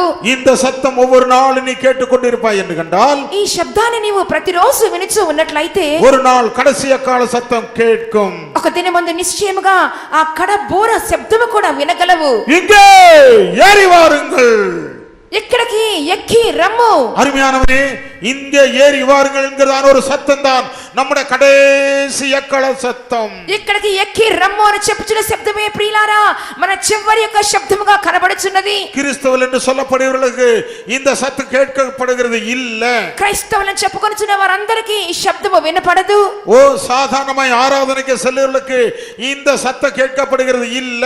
సామాన్యంగా దేవుని ఆరాధించుకునే వారికి ఈ శబ్దం వినపడదు. காலாகாலங்களாய் நாங்கள் தேவ ஜனங்கள் என்று சொல்லிக் கொண்டிருக்கிறவர்களுக்கு இந்த சத்தம் கேட்கப்படுகிறது இல்லை. కాలాకాలంగా మేము దేవుని యొక్క జనులము అని చెప్పుకొనుచునే వారికి ఈ శబ్దం వినబడదు. இந்த விசுவாச ஜீவியத்திலே ஒவ்வொரு நாளும் வனாந்தரமான நிலவரத்திலே, ஒன்றுமில்லாத நிலவரத்திலே தங்களை தாங்களே தாழ்த்தி தேவ சத்தம் கேட்டுக்கொண்டிருக்கிற மாத்திரம்தான் அந்த சத்தத்தை கேட்கப்பட முடியும். ఈ యొక్క విశ్వాస జీవితంలో ఈ అరణ్య మార్గములో ప్రతిరోజు దేవుని యొక్క స్వరం వినుచు నాలో ఏమీ లేదని చెప్పి తను తాను ఎవరైతే తగ్గించుకొని దేవుని యొక్క స్వరం వింటూ ఉంటారో అటువంటి వారు మాత్రమే ఎత్తబడుదురు. கர்த்தருக்கு ஸ்தோத்திரம். దేవునికి స్తోత్రములు. அருமையானவனே, இந்த சத்தத்தின் நாள் அதி தூரத்தில் இல்ல, அது ரொம்ப சமீபத்தில் இருக்குது. ఆ యొక్క శబ్దం వినే దినము దూరంగా లేదు, సమీపంగానే ఉన్నది. இந்த சத்தத்துக்கு நீ உன்னை ஆயத்தமாக்கு. ఈ యొక్క శబ్దము కొరకు నిన్ను నీవే సిద్ధపరచుకొనుము. கர்த்தருக்கு ஸ்தோத்திரம். దేవునికి స్తోత్రములు. என்ன சொல்லப்பட்டுள்ளது? ఏం చెప్పబడి ఉన్నది? என் ஜனங்கள் வனாந்தரத்திலே வர வேண்டும், నా జనులు అరణ్యములోనికి రావలెను, ஆராதனை செய்ய வேண்டும், ఆరాధన చేయవలెను, பலி செலுத்த வேண்டும், బలి అర్పించవలెను, ஸ்தோத்திரம் பலிகள் செலுத்த வேண்டும். வேண்டும். స్తోత్ర బలులు చెల్లించవలెను. கர்த்தருக்கு ஸ்தோத்திரம். దేవునికి స్తోత్రములు. இந்த எழுத்துக்குரிய வனாந்தரத்திலே கொண்டு வந்து கர்த்தர் நம்மை வைத்த நோக்கம் தேவ சத்தத்தை உனக்கு தரும்படிக்குத்தான். ఈ అక్షరానుసారమైనటువంటి అరణ్యంలోకి తీసుకుని వచ్చిన దాని ఉద్దేశం ఏంటంటే దేవుని యొక్క స్వరమును వినిపించుటకే. கர்த்தருக்கு ஸ்தோத்திரம். దేవునికి స్తోత్రములు. கடந்த வியாழக்கிழமையில இருந்து தேவன் உங்களோடு பேசிக்கொண்டே இருக்கிறார். గత గురువారం నుంచి దేవుడు మీతో మాట్లాడుచునే ఉన్నారు. சீக்கிரத்திலே இந்த பூமிக்கு ஒரு அழிவு வரப்போகுது. అతి త్వరలో ఈ భూమికి ఒక నాశనం రాబోచున్నది. நீ பரலோக செல்ல வேண்டுமா இல்லாவிட்டால் நரக செல்ல வேண்டுமா? నీవు పరలోకానికి వెళ్ళాలని కోరుచున్నావా నరకానికి వెళ్ళిపోవాలని కోరుచున్నావా? இன்று அவருடைய சத்தத்தை கேட்பில்லாயில் உங்கள் இருதயங்களை கடினப்படுத்த வேண்டாம். ఈ దినమందైనను దేవుని యొక్క శబ్దం విన్నట్లయితే మీ హృదయములను కఠినపరచుకొనవద్దు. இஸ்ரவேல் ஜனங்கள் எத்தனையோ பேர்கள் இருதயத்தை கடினப்படுத்தினாங்க, வனாந்தரத்தில் விழுந்து போனாங்க. ఇశ్రాయేలు ప్రజలు అనేక మంది తమ హృదయములను కఠినపరచుకొని అరణ్యములోనే రాలిపోయి ఉన్నారు. இந்த 3 நாட்களாக கர்த்தரோடு பேசிக்கொண்டிருக்கிறத நீ ஏற்றுக்கொண்டிருப்பாய் என்று கண்டா சீக்கிரத்திலே அவரை நீ காண போகிறாய். ఈ 3 దినములుగా దేవునితో మాట్లాడుచున్న ప్రతి మాటను అంగీకరించినట్లయితే అతి త్వరలో నీవు ఆయన చూడబోచున్నావు. அவரோடு கூட இருக்கும்படிக்குத்தான் அவர் உன்னை அழைத்தது. నీవు ఆయనతో ఉండు నిమిత్తమే ఆయన నిన్ను పిలిచి ఉన్నారు. அவரோடு கூட சந்தோஷமா இருக்க வேண்டும் என்பதற்காகத்தான் தம்முடைய ரத்தத்தை அவர் சிந்தினது. ఆయనతో పాటు నీవు సంతోషించు నిమిత్తమే ఆయన తన రక్తమును కార్చి ఉన్నారు. இந்த சத்தத்தை இன்றைக்கு நீ கேட்க விரும்புறியா? ఈ యొక్క శబ్దమును స్వరమును ఈ దినమందైనను వినగోరుచున్నావా? இந்த சத்தத்தை கேட்டு உன் இருதயத்தை நீ கடினப்படுத்த வேண்டாம். ఈ యొక్క శబ్దమును వినిన తర్వాత కూడా నీ హృదయాన్ని కఠినపరచుకొనవద్దు. கர்த்தருக்கு ஸ்தோத்திரம். దేవునికి స్తోత్రములు. என் ஜனங்கள் வனாந்தரத்தில் வந்து ஆராதனை செய்ய வேண்டும். నా జనులు అరణ్యమునకు వచ్చి ఆరాధించవలెను. கர்த்தருக்கு ஸ்தோத்திரம். దేవునికి స్తోత్రములు. அந்த వనాந்தரத்திலே எத்தனை காரியம் இருக்குன்னு சொன்னேன்? ఈ అరణ్యములో ఎన్ని కార్యాలు ఉన్నాయని చెప్పి ఉన్నాను? 7 காரியம் இருக்குதுன்னு சொன்னேன். 7 కార్యాలు ఉన్నట్లుగా చెప్పి ఉన్నాను. முதலாவது தேவ சத்தம் வனாந்தரத்திலே உண்டு. మొట్టమొదటిగా దేవుని యొక్క స్వరము అరణ్యములో ఉన్నది. தேவனுடைய சத்தத்தை உங்களுக்கு கொடுக்கபடிக்குத்தான் இந்த வனாந்தரத்திலே இப்படிப்பட்ட ஒரு ஆலயத்தை கூட தந்திருக்கிறார். దేవుని యొక్క స్వరమును మీకు వినిపింప చేయాలని చెప్పి ఇటువంటి అరణ్యములకు ప్రభు తీసుకుని వచ్చి ఉన్నారు. ఇటువంటి ఆలయము కూడా మనకు అనుగ్రహించి ఉన్నారు. தேவ சத்தம் கேட்கிறவர்கள் சீக்கிரத்திலே மறுரூபம் அடைய போகிறாங்க. దేవుని యొక్క స్వరము వినువారు అతి త్వరలోనే నిశ్చయముగా రూపాంతరం చెందబోచున్నారు. రెండవదిగా వనాంతరத்திலே இருக்கிற இரண்டாவது விசேஷம் என்ன தெரியுமா? అరణ్యములో కనబడుచున్నటువంటి రెండవ విశేషత ఏంటో తెలియనా? அருமையானவனே, தேவனுடைய அன்பு வனாந்தரத்திலே உண்டு. ప్రియమైన వారలారా, అరణ్యములో దేవుని యొక్క ప్రేమ కనబడుచున్నది. கர்த்தருக்கு ஸ்தோத்திரம். దేవునికి స్తోత్రములు. ஓசியா புஸ்தகம் 2ஆம் அதிகாரம் 14வது வசனத்துக்கு நம்முடைய கவனத்தை கொண்டு வருவோம். హోషేయ గ్రంథము 2వ అధ్యాయము 14వ వాక్యమును మనం చూచెదము. நான் அவளை వనాంతరத்துக்கு கொண்டு போய் அவளோட பட்சமாக அன்பாக பேசுவேன். నేను దాన్ని ఆకర్షించి అరణ్యంలోని కొనిపోయి దానితో ప్రేమగా మాట్లాడుదును. పిమ్మట దానిని ఆకర్షించి అరణ్యంలోనికి కొనిపోయి అక్కడ దానితో ప్రేమగా మాట్లాడుదును. பாத்தீங்க தானே? அருமையானவனே, என்னத்தை நீங்க கண்டீங்க? ప్రియమైన వారలారా, ఇక్కడ ఏం చూస్తున్నాము? వనాంతరத்துக்கு நான் கொண்டு போய் అన్బాగ நான் பேசுவேன். అరణ్యానికి కొనిపోయి నేను దానితో ప్రేమగా మాట్లాడుదును. మోషే என்ன சொன்னாரு? మోషే ఏం చెప్పుచున్నాడు? என் ஜனங்கள் வனாந்தரத்துக்கு செல்ல வேண்டும். అవును, నా జనులు అరణ్యానికే తీసుకుని పోవలెను. వనాంతరத்திலே தேவ சத்தம் உண்டு. అరణ్యములో దేవుని స్వరం ఉన్నది. రెండవది దేవుని అன்பు ఉండు. రెండవదిగా దేవుని యొక్క ప్రేమ కూడా ఉన్నది. தேவ ஜனமே, சபையாரே, ஒரு காரியத்தை மறந்துடாதீங்க. దేవుని యొక్క జనులారా, సంఘము వారలారా, ఒక కార్యాన్ని మాత్రం మర్చిపోవద్దు. பட்டணத்தில் இருக்கும் நேரம் வரைக்கும் நீங்கள் தேவனுடைய அன்பை அதிகமாக ருசிக்க முடியாது. పట్టణములో ఉంటున్న వరకు దేవుని ప్రేమను అధికంగా రుచించలేరు. பலவிதமான பாவங்கள், பலவிதமான ஆசை இச்சைகள் பிரவேசித்து தேவனுடைய அன்பிலே இருந்து உங்களை வெளியே கொண்டு போகிறது. పలవిధమైన పాపములు ఆ స్వేచ్ఛను చూపించి దేవుని ప్రేమ నుంచి మిమ్మల్ని దూరంగా తీసుకుని పోవును. தேவனுடைய அன்பை நீ ருசிக்க வேண்டும் என்று கண்டால் வனாந்தரத்துக்கு நீ வர வேண்டும். దేవుని యొక్క ప్రేమను రుచించవలనంటే మీరు అరణ్యములోనికి రావలెను. அதுக்காகத்தான் மோசே சொல்கிறார், என் ஜனங்களை வனாந்தரத்துக்கு நான் கொண்டு போக வேண்டும். అందువల్లే మోషే చెప్పుచున్నాడు, నా జనులను అరణ్యములోనికి తీసుకుని పోవలెను. அருமையானவனே, இந்த அன்பை பற்றி பல கோணங்களிலே நாம் வாசிக்கலாம். ఇక కార్యమును మనం అనేక కోణముల్లో కూడా మనం చదువుకొనవచ్చును. ஒன்று, இயேசு உலகத்திலே வந்தது நிமித்தமாக, மனிதனின் நிமித்தமாய் வந்த நிமித்தமாக அன்பை அவர் வெளிப்படுத்தினார். మొట్టమొదటిగా యేసు ప్రభువు ఈ లోకములోనికి మనుషుల నిమిత్తం వచ్చినందువలన తన ప్రేమను బయలుపరచగలిగి ఉన్నారు. ஒரே குமாரனை உலகத்துக்கு அனுப்பினபடினாலே அவர் அன்பு கூர்ந்தார். తన ఏకైక కుమారుని, తన అద్భుతీయ కుమారుని ఈ లోకానికి పంపించడం మూలముగా దేవుడు తన ప్రేమను మనకు బయలుపరిచి ఉన్నారు.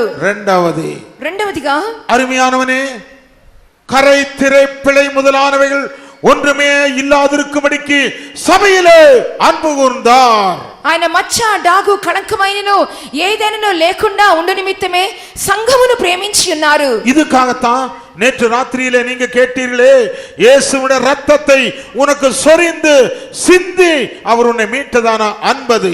ఈ విషయం గురించి నిన్నటి రాత్రి విని ఉన్నారు కదా, యేసుక్రీస్తు తన రక్తమును కార్చి నిన్ను విమోచించి ఉన్నారు.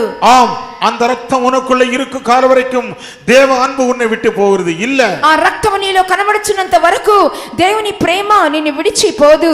எதுக்காக நீ வனாந்தரம் வேண்டும்? నీకు దేని కొరకు ఈ అరణ్యము కావలెను? தேவனுடைய அன்பை நீ பெற்றுக்கொள்ளும்படியாகத்தான். దేవుని యొక్క ప్రేమను నువ్వు పొందుకున్న నిమిత్తమే. மூன்றாவது, இந்த அன்பு எப்படி கொடுக்கப்படுகிறது? మూడవదిగా ఈ ప్రేమ నీకు ఎలాగ అనుగ్రహించబడుచున్నది? பரிசுத்த ஆவியினாலே தேவ அன்பு உனக்கு தரப்படுகிறது. పరిశుద్ధాత్మ ద్వారా దేవుని ప్రేమ నీలోనికి కుమ్మరించబడుచున్నది. ரோமர் 5ஆம் அதிகாரம் 5ஆம் வசனத்திலே வரும்போது, రోమీయులకు రాసిన పత్రిక 5వ అధ్యాయము 5వ వాక్యానికి వచ్చినప్పుడు, அருளப்பட்ட பரிசுத்த ஆவியினாலே தேவ அன்பு நம்முடைய இருதயங்களிலே ஊற்றப்பட்டு கொண்டு இருக்கிறது. మీకు అనుగ్రహించబడిన పరిశుద్ధాత్మ మూలముగా దేవుని ప్రేమ మీ హృదయములలో కుమ్మరించబడుచున్నది. மகனே, மகளே, இந்த அன்பை நீ பெற்றுக்கொள்ள வேண்டும் என்று கண்டா வனாந்தரத்தில் வந்து ஆராதனை செய்ய வேண்டும். కుమారుడా, కుమారి, ఈ ప్రేమను పొందుకోవాలంటే అరణ్యములోకి వచ్చి దేవుని ఆరాధించవలెను. இந்த கால நேரத்திலே தேவனுடைய அன்பினால நிரப்பட்டவங்க எல்லாரும் கைகளை தலையில சொல்லுங்க பார்க்கலாம். ఈ ఉదయ కాలమందు దేవుని ప్రేమతో నింపబడిన వారందరూ కూడా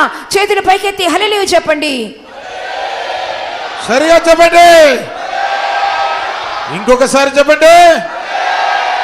ప్రేమా ప్రేమా ప్రేమా ప్రేమా నా ప్రభుని ప్రేమ మారునా, కాలం మారినా, నా ప్రభుని ప్రేమ మారునా, కాలం మారినా, ప్రేమ ప్రేమ ప్రేమ ప్రేమ నా ప్రభుని ప్రేమ మారునా, కాలం మారినా, నా ప్రభుని ప్రేమ మారునా,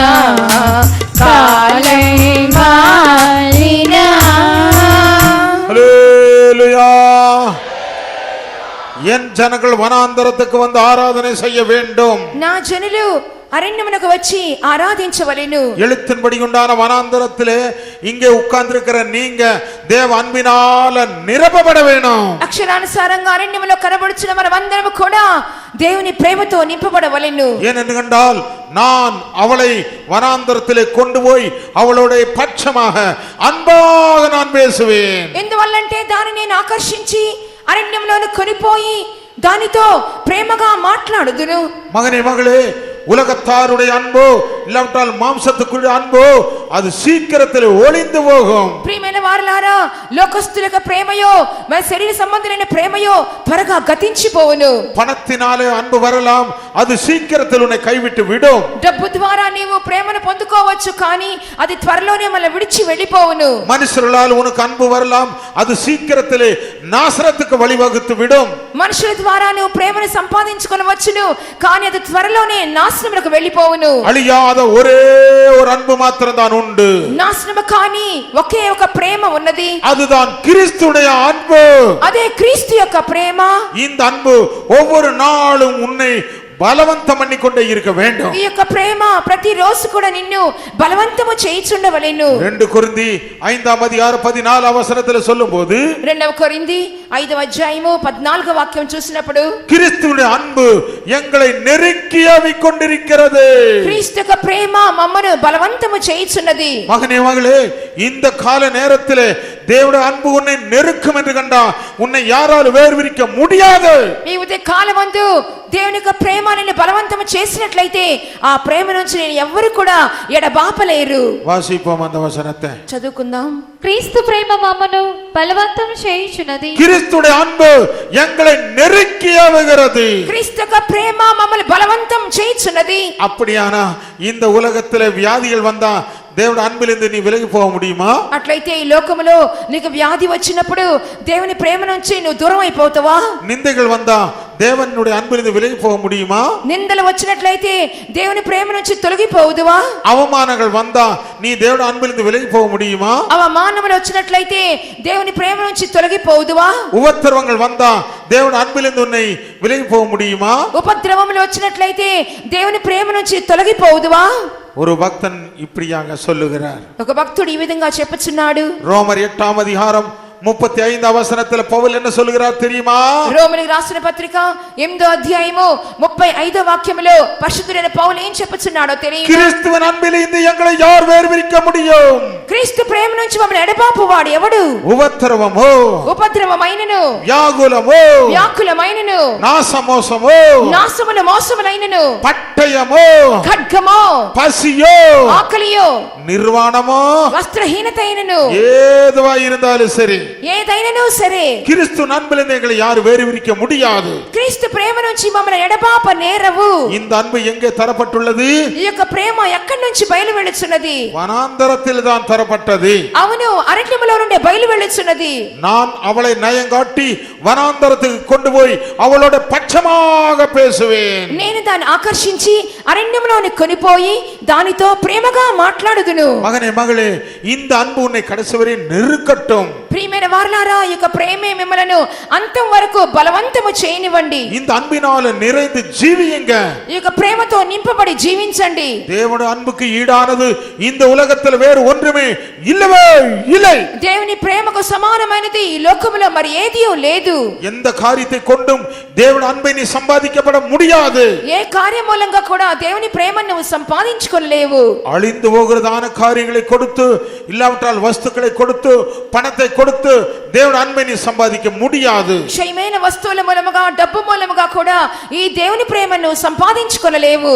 ரோமர் 5:5 வசனத்துக்கு நம்முடைய கவனத்தை கொண்டு வருவோம். రోమీయులకు రాసిన పత్రిక 5:5 వాక్యము. ఎందుకనగా ఈ నిరీక్షణ మనను సిగ్గుపరచదు. మనకు అనుగ్రహింపబడిన పరిశుద్ధాత్మ ద్వారా దేవుని ప్రేమ మన హృదయములలో కుమ్మరింపబడి ఉన్నది. பரிசுத்தாவினாலே தேவனுடைய அன்பு எங்கள் உள்ளத்திலே ஊற்றப்பட்டாச்சு. పరిశుద్ధాత్మ ద్వారా దేవుని ప్రేమ మన హృదయములలో కుమ్మరించబడి ఉన్నది. இந்த அன்பு உனக்குள்ள இருக்கும் வரை உன்னை யார் வேறுவிரிக்க முடியும்? ఈ ప్రేమ నీలో ఉన్నంత వరకు ఎవరు నిన్ను వేరుపరచగలరు? கர்த்தருக்கு ஸ்தோத்திரம். దేవునికి స్తోత్రములు. தேவனுடைய அன்பிலிருந்து இந்த உலகத்துக்குரிய காரியங்கள் என்ன வேறுவிரிக்கும் என்று சொல்லக்கூடியவங்க அலையில சொல்லுங்க பார்க்கலாம். దేవుని ప్రేమ నుంచి ఈ లోక కార్యాలను నిశ్చయంగా ఎడబాపును అని చెప్పేవాళ్ళు హల్లెలూయా చెప్పండి. ஹல்லேலூயா. நிறைய பேர் வேறு விரிக்குது. இப்போ తప్పకుండా అనేక మందికి దేవుని ప్రేమ నుంచి ఎడబాపోతారని చెప్పి హల్లెలూయా చెప్పి ఉన్నారు. தேவனுடைய அன்பிலே இருந்து உலகத்துக்குரிய காரியங்கள் வேறு விரிக்கும் என்று சொல்றவங்க அலையில சொல்லுங்க போது எல்லாம் சொல்ல ஆரம்பிச்சிட்டீங்க. దేవుని ప్రేమ నుంచి ఈ లోక కార్యాలు మమ్మల్ని దేవుని ప్రేమ నుంచి లాగి వేస్తాయి, ఎడబాపుతాయి అని చెప్పేవాళ్ళు హల్లెలూయా చెప్పేసి ఉన్నారు. தேவனுடைய அன்பிலிருந்து இந்த உலகத்துக்குரிய எந்த காரியம் எங்களை வேறுவிரிக்க முடியாதுன்னு சொல்றவங்க அலையில சொல்லுங்க வாங்கலாம். దేవుని ప్రేమ నుంచి ఈ లోక కార్యములు ఏవి కూడా మమ్మలను ఎడబాపవు అని చెప్పేవాళ్ళు హల్లెలూయా చెప్పండి. சரியா చెప్పండి. మరోసారి చెప్పండి. ప్రేమ ప్రేమ మార్పులేనిది ప్రభు యేసుని నిత్య ప్రేమ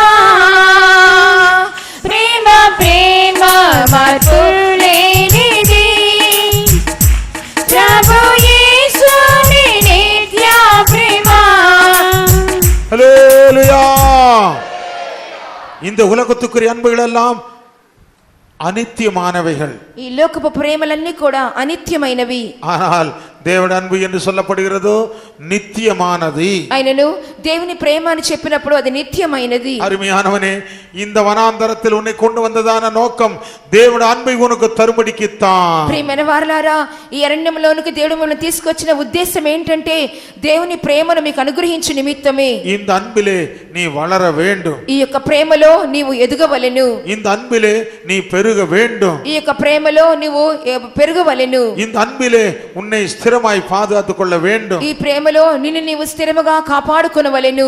எபேசி 3ஆம் அதிகாரம் 17ஆம் வசனத்துக்கு வரும்போது, ఎఫెసీ రాసిన పత్రిక 3వ అధ్యాయము 17వ వాక్యానికి వచ్చినప్పుడు அந்த అன்பை పற்றி என்ன சொல்லப்பட்டுள்ளது?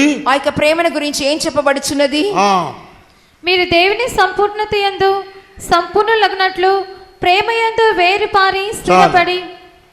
நீங்கள் என்ன செய்ய வேணும்? మీరేం చేయవలెను? அன்பிலே வேரூன்றி வர வேண்டும். ప్రేమయందు వేరు పారి స్థిరపడవలెను. கர்த்தருக்கு ஸ்தோத்திரம். దేవునికి స్తోత్రములు. கர்த்தர் வருகிற வரைக்கும் அந்த அன்பிலே நிலைத்திருப்போம் என்று உங்களால் எத்தனை பேர் சொல்ல முடியும்?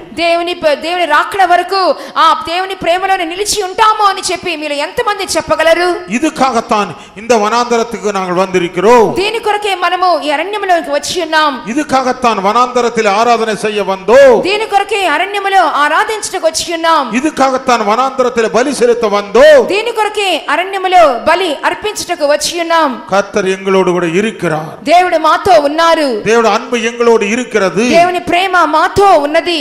அருமையானவர்களே, இந்த அன்பு அவர் வருவரே நீ பாதுகாத்துக் கொண்டு நீ ஜீவிக்கும்படி தேவன் விரும்புகிறார். ప్రభు వచ్చేంత వరకు ఈ ప్రేమలో కాపాడుకొనమనే దేవుడు కోరుచున్నారు. கர்த்தருக்கு ஸ்தோத்திரம். దేవునికి స్తోత్రములు. மூன்றாவதிగా அருமையானவனே, மோசே என்ன சொன்னாரு? ప్రియమైన వారలారా, మోషే ఏం చెప్పుచున్నాడు? మడిమాయి వాసిங்க. మరలా వాక్యం చదువుకుందాం. అందుకు ఫరో, మీరు అరణ్యంలో మీ దేవుడైన యెహోవాకు బలర్పించుటకు మిమ్మల్ని పోనించదును గాని దూరం పోవద్దనెను. வனாந்தரத்துக்கு என் ஜனங்களை அனுப்பு, ஆராதனை செய்ய வேண்டும். అరణ్యములోనికి నా జనులను పోనిమ్ము, వారు అచ్చట దేవుని ఆరాధించవలెను. யாத்திரையாகும் 7ஆம் அதிகாரம் 16ஆம் வசனமோ 8ஆம் அதிகாரம் 27ஆம் வசனத்தை மனதில் வச்சுக் கொள்ளுங்க. నిర్గమకాండము 7వ అధ్యాయము 16వ వాక్యము 8వ అధ్యాయము 27వ వాక్యాన్ని మనసులో జ్ఞాపకం ఉంచుకోనండి. என் ஜனங்கள் வனாந்தரத்துக்கு சென்று ஆராதிக்க வேண்டும். నా జనులు అరణ్యములోకి వెళ్లి ఆరాధించవలెను. என் ஜனங்கள் வனாந்தரத்தில் சென்று பலி செலுத்த வேண்டும். నా జనులు అరణ్యానికి వెళ్లి బలి అర్పించవలెను. மகனே மகளே, அந்த வனாந்தரத்தில் இருக்கிறது முதலாவது தேவ சத்தம். ఆ అరణ్యములో కనబడుచున్నది మొట్టమొదటిగా ప్రియులారా దేవుని యొక్క స్వరము. இரண்டாவது வனாந்தரத்தில் இருக்கிற தேவனுடைய அன்பு. రెండవదిగా అరణ్యములో కనబడుచున్నది దేవుని యొక్క ప్రేమ. கர்த்தருக்கு ஸ்தோத்திரம். దేవునికి స్తోత్రములు. மூன்றாவது வனாந்தரத்திலே ஒரு ஜெப ஜீவியம் இருக்கிறதாய் நாம் வாசிக்கலாம். మూడవదిగా అరణ్యములో ఒక ప్రార్థనా జీవితం ఉన్నట్లుగా చదువుచున్నాం. கர்த்தருக்கு ஸ்தோத்திரம். దేవునికి స్తోత్రములు. ஜீவியத்தை கட்டி எழுப்ப வேண்டும் என்று கண்டா ஜெப ஜீவியம் தேவை. నీ జీవితమును కట్టి లేపుకొనవాలంటే నీకు ప్రార్థనా జీవితం అవసరమై ఉన్నది. தேவ சத்தம் கேட்டால் போதாது. దేవుని యొక్క స్వరం వింటే సరిపోదు. தேவனுடைய அன்பு உன் இருத்தில் இருந்தால் போதாது. దేవుని యొక్క ప్రేమ నీలో ఉంటే సరిపోదు. எப்போது ஒரு ஜெப ஜீவிதம் கூட தேவை. ఎల్లప్పుడూ నీకు ప్రార్థనా జీవితం అవసరమై ఉన్నది. இந்த ஜெப ஜீவியம் வனாந்தரத்தில் இருக்கிறதை நீ காண முடியுமா? ఇక అరణ్యములో ప్రార్థనా జీవితం ఉందని చెప్పి నువ్వు చెప్పగలవా? கர்த்தருக்கு ஸ்தோத்திரம். దేవునికి స్తోత్రములు. எங்கே வாசிக்கிறீங்க? ఎక్కడ చదువుచున్నాం? మార్కు సువిశేషం 1ஆம் அதிகாரம் మార్కు సువార్త 1వ అధ్యాయము 35வது வசனத்தில் வாசிக்கும்போது 35వ వాక్యాన్ని చదివినప్పుడు இயேசு ஜெபம் பண்ணும்படிக்கு వనాంతరத்துக்கு சென்றார். యేసు ప్రభు ప్రార్థించుటకు అరణ్య ప్రదేశములకు వెళ్ళినట్లుగా చదువుచున్నాం. ఆయన పెందలకడనే లేచి ఇంకను చాలా చీకటి కమ్మి ఉండగానే బయలుదేరి అరణ్య ప్రదేశములకు వెళ్ళి అక్కడ ప్రార్థన చేయించుండెను. கர்த்தர் ஸ்தோத்திரம். దేవునికి స్తోత్రములు. மூன்றாவது వనాంతరத்தில் இருக்கிற காரியம் என்ன? మూడవదిగా అరణ్యములో కనబడుచున్నటువంటి కార్యం ఏంటి? ஜெப ஜீவியம், ప్రార్థనా జీవితము. கர்த்தர் ஸ்தோத்திரம். దేవునికి స్తోత్రములు. ஜெப ஜீவியத்துக்கு இன்னொரு அர்த்தத்தையும் கூட நாம் புரிந்து கொள்ளலாம். ప్రార్థనా జీవితమునకు మరొక అర్థాన్ని కూడా మనం అర్థం చేసుకొనవచ్చును. கர்த்தரோடு இருக்கிற ஐக்கியம், దేవునితో ఉన్నటువంటి ఐక్యత, தேவனோடு நடந்து கொள்ளுவது, దేవునితో నడుచుకొనుట, கர்த்தருக்கு ஸ்தோத்திரம், దేవునికి స్తోత్రములు, கர்த்தரோடு உறவாடுவது, దేవునితో మనం సంభాషించుట, கர்த்தருக்கு ஸ்தோத்திரம். దేవునికి స్తోత్రములు. ஜெப ஜீவிதம் இல்லாத யாரா இருந்தாலும் சரி அவன் கர்த்தரோடு கூட இருக்கப்பட முடியாது. ప్రార్థనా జీవితం లేకుండా ఎవరైనా సరే వాళ్ళు దేవునితో పాటు ఉండలేరు. தேவ ஜனமே, వనాంతరத்துக்கு அவர் உன்னை எதுக்கு கொண்டு வருகிறார்? దేవుని యొక్క జనులారా, దేవుడు నిన్ను అరణ్యములోకి ఎందుకు తీసుకొని వచ్చుచున్నారు? மோசே பார்வோனோடு என்ன சொன்னார்? మోషే ఫరోతో ఏం చెప్పుచున్నాడు? என் ஜனங்கள் வனாந்தரத்தில் சென்று ஆராதிக்க வேண்டும். నా జనులు అరణ్యములోకి వెళ్ళే ఆరాధించవలెను. ஜனமா, உன் ஜீவித்துல எப்போது ஜெப ஜீவிய வேண்டும். నీ జీవితంలో ఎల్లప్పుడూ కూడా ప్రార్థనా జీవితం నీకు కావలెను. ஜெப ஜீவிதம் இல்லாத ஒரு மனுஷன் எதுக்கு நிழலா இருக்கிறான் தெரியுமா? ప్రార్థనా జీవితం లేనటువంటి మనుషుడు దేనికి సాదృశ్యంగా ఉన్నాడో తెలియనా? இந்த ஹால்ல நம்ம எல்லாம் இப்ப உட்கார்ந்து இருக்கிறோம். ఇప్పుడు ఈ హాల్లో మనం అందరం కూర్చొని ఉన్నాం. இந்த மேல கூரை இல்லை என்று கண்டால், ఈ పైన కప్పు లేనట్లయితే இந்த ஹாலுக்கு என்ன விலையோ அந்த விலை தான் ஜெப ஜீவிதம் இல்லாத ஒரு ஆளுன்ற விலை. ఈ యొక్క ప్రార్థనా జీవితం లేనటువంటి వ్యక్తి కూడా దానితో సమానముగా ఉన్నాడు. இந்த ஹாலு கீழே நம்ம எல்லாம் உட்கார்ந்து இருக்கிறோம். ఈ హాల్లో మనం అందరం కూర్చొని ఉన్నాము. மேல் கூரை இல்லை என்று கண்டால், పైన కప్పు లేనట్లయితే முழு வெயிலும் உள்ளதான் வரும். ఎండంతా కూడా మన మీదే పడును. மழை பெய்தால் மழையெல்லாம் உள்ளதான் வரும். వర్షం కురిస్తే మనం అందరం కూడా తడిసిపోతాము. காற்று அடித்தால் எல்லா குப்பையும் உள்ளதான் விழும். గాలి వేస్తే అంత చెత్తంతా లోపలికి వచ్చును. பறவைகள் பறந்து போனா அதனுடைய அசுத்தம் எல்லாம் கீழே தான் விழும். పక్షులు ఎగురుచు వెళ్ళట్లయితే అపవిత్రంతా కూడా కింద పడును. கர்த்தருக்கு ஸ்தோத்திரம். దేవునికి స్తోత్రములు. இந்த வீட்டுக்கு ஒரு பாதுகாப்பு இல்லை. ఈ ఇంటికి ఒక కాపుదలే ఉండదు. இதே போலதான் ஜெப ஜீவிதம் என்று சொல்லப்படுகிற ஒரு அனுபவம். ఇదే ఈ విధంగానే ప్రార్థనా జీవితము లేని అనుభవము. ஒரு மனிதனுக்குள்ள ஜெப ஜீவிதம் இருக்கும் என்று கண்டா மேற்கூரை இருக்கிற ஒரு வீட்டுக்கு சமானம் அது. ఒక మనుషునికి ప్రార్థనా జీవితం ఉన్నట్లయితే ఒక ఇంటికి కప్పు ఉన్న ఇంటితో సమానము. அதே சமயத்துல ஜெப ஜீவிதம் ஒரு மனிதனுக்கு இல்லை என்று கண்டால், అదే సమయంలో ఒక మనుషునిలో ప్రార్థనా జీవితం లేనట్లయితే மேற்கூரை இல்லாத ஒரு வீட்டுக்கு சமானமானது. పై కప్పు లేని ఇంటితో సమానముగా ఉంటున్నది. அருமையானவனே, இந்த உலகத்துல இருக்க வரைக்கும் நீ ஜெப ஜீவித்திலே வளர வேண்டும். ఈ లోకములోనే ఉంటున్న వరకు నువ్వు ప్రార్థనలోనే నిలిచి ఉండవలెను. இயேசு ஜெப ஜீவித்துக்காகத்தான் வனாந்தரம் சென்றார். యేసు ప్రభువు ప్రార్థనా జీవితం నిమిత్తమే అరణ్య ప్రదేశానికి వెళ్ళి ఉన్నారు. இன்னொரு இடத்துல கூட இருக்குது, நீங்க வாட்சி பாருங்க. మరొక స్థలంలో కూడా ఉంది, చదివి చూడండి. லூக்கா சுவிசேஷம் లూకాసు వార్త 4వ అధ్యాయం 4వ అధ్యాయము 42వ వచనం பாருங்க. 42వ వాక్యాన్ని చూడండి. ఉదయమైనప్పుడు ఆయన బయలుదేరి అరణ్య ప్రదేశంలోకి వెళ్ళెను. జన సమూహం ఆయన వెతుకుచు ఆయన ఎద్దుకు వచ్చి తమను విడిచిపోకుండా ఆపగా. கர்த்தருக்கு ஸ்தோத்திரம். దేవునికి స్తోత్రం. காலை நேரமான நேரத்திலே వనాంతరத்துக்கு அவர் சென்று விட்டார். ఉదయమైనప్పుడు ఆయన బయలుదేరి అరణ్య ప్రదేశములకు వెళ్ళెను. மகனே, மகளே, உன்ற ஜீவித்தில தேவன் எதிர்பார்ப்பது நீ ஆராதிப்பது ஜெப ஜீவித்தின் மூலம்தான். ప్రియమైన వారలారా, నీ దేవుని ఎదురు చూసేది ప్రార్థనా జీవితమే. யார் ஜெப ஜீவித்தில் வளர்கிறார்களோ அவர்கள் இயேசுவோடு கூட இருக்க போகிறார்கள். ఎవరైతే ప్రార్థనా జీవితంలో ఎదుగుతూ ఉంటారో వారు యేసు వచ్చినప్పుడు కొనిపోబడదురు. ஜெப ஜீவிதம் இல்லாத எந்த மனிதனாய் இருந்தாலும், எந்த கிறிஸ்தவனாய் இருந்தாலும், எந்த ஊழியக்காரனாய் இருந்தாலும், எந்த விசுவாசியாய் இருந்தாலும் கர்த்தரோடு கூட போய் சேர முடியாது. ప్రార్థనా జీవితం లేనటువంటి ఎటువంటి దేవుని బిడ్డ అయినా, క్రైస్తవుడైనా, సేవకులైనా, విశ్వాసులైనా ఆయన వచ్చినప్పుడు ఆయనతో పాటు కొనిపోబడలేరు. ஆதி நாட்களிலே మనసాక్షి కాలத்திலே ஏனோக்கு என்று சொல்லக்கூடியதான ஒரு பக்தன் జీవిத்தான். ఆది దినములలో మనసాక్షి కాలములో హనోకు అనే వ్యక్తి జీవించి ఉండెను. 300 வருஷம் தேவனோடு சஞ்சரித்தான் என்று சொல்லப்பட்டுள்ளது. 300 సంవత్సరములు దాదాపు దేవునితో నడిచినట్లుగా చూస్తున్నాము. கடைசில காணப்படாமல் போனான். చివరిగా కనబడకుండా పోయిను. சபையாரே, கவனமாய் கேளுங்க. సంఘస్థులారా జాగ్రత్తగా ఆలకించండి. தேவஜனமே, கவனமாய் கேளுங்க.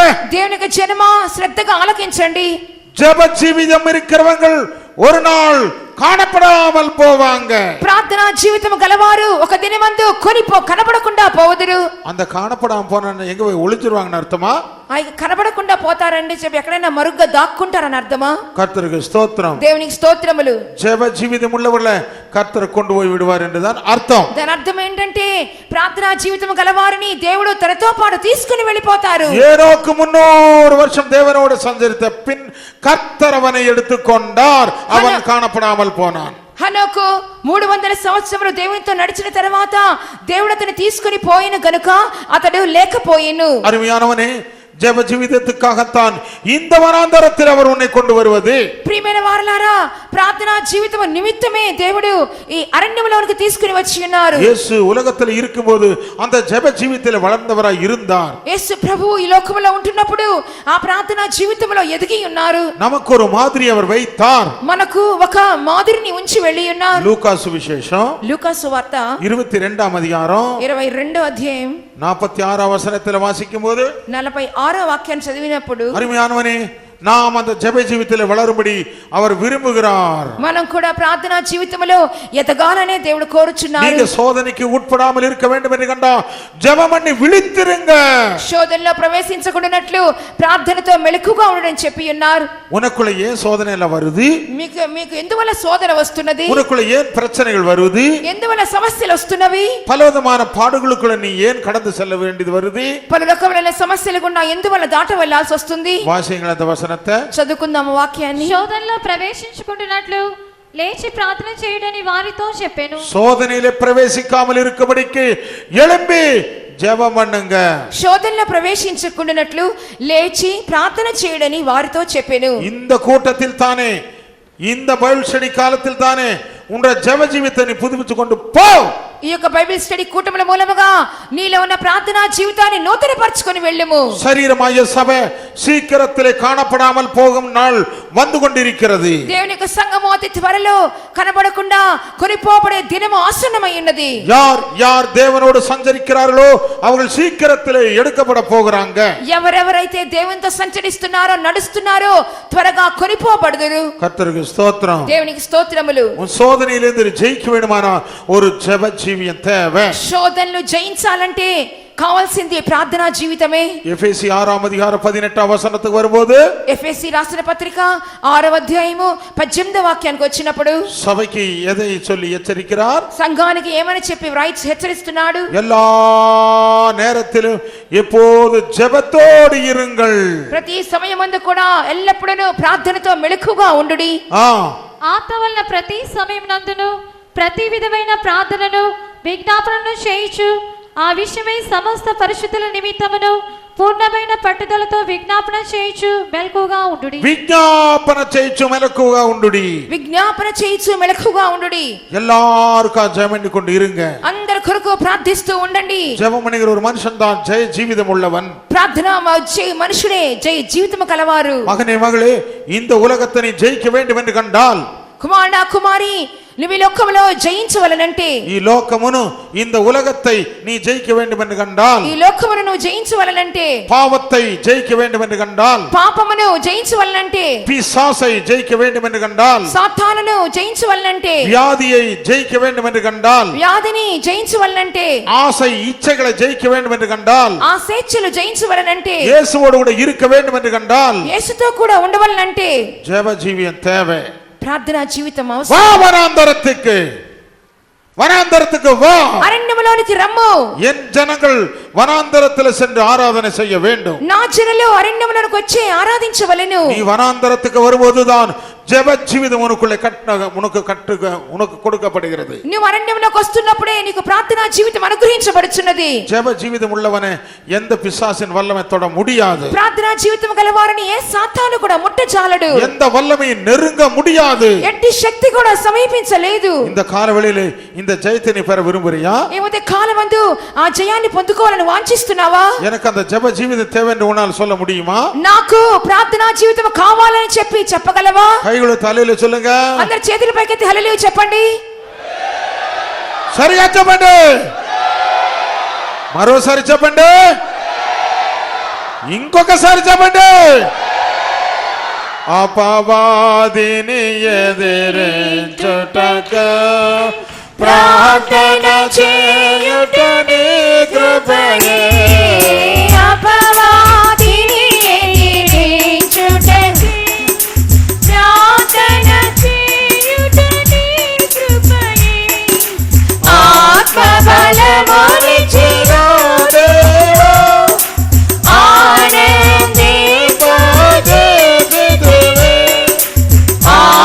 బలమునిచ్చినాడే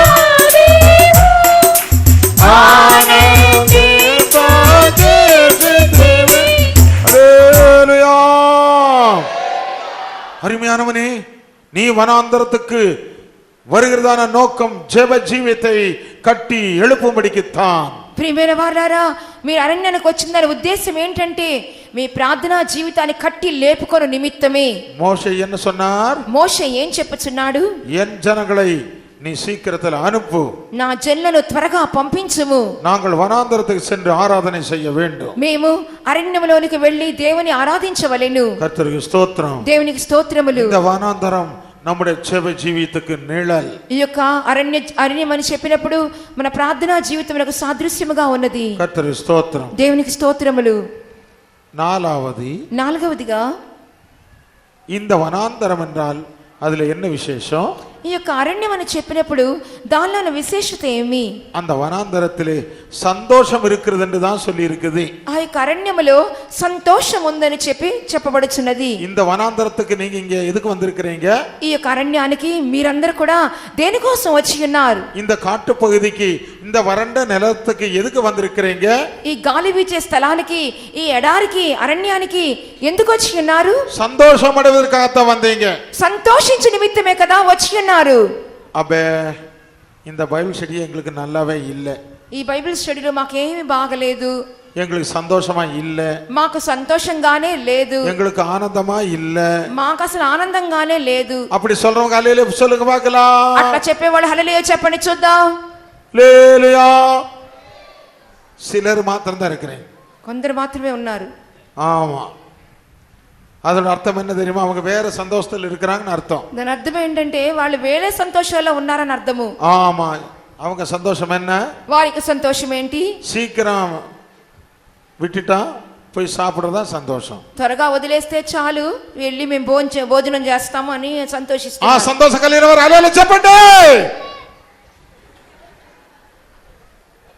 அதுலயும் கொஞ்சம் பேர் இருக்கிறாங்க.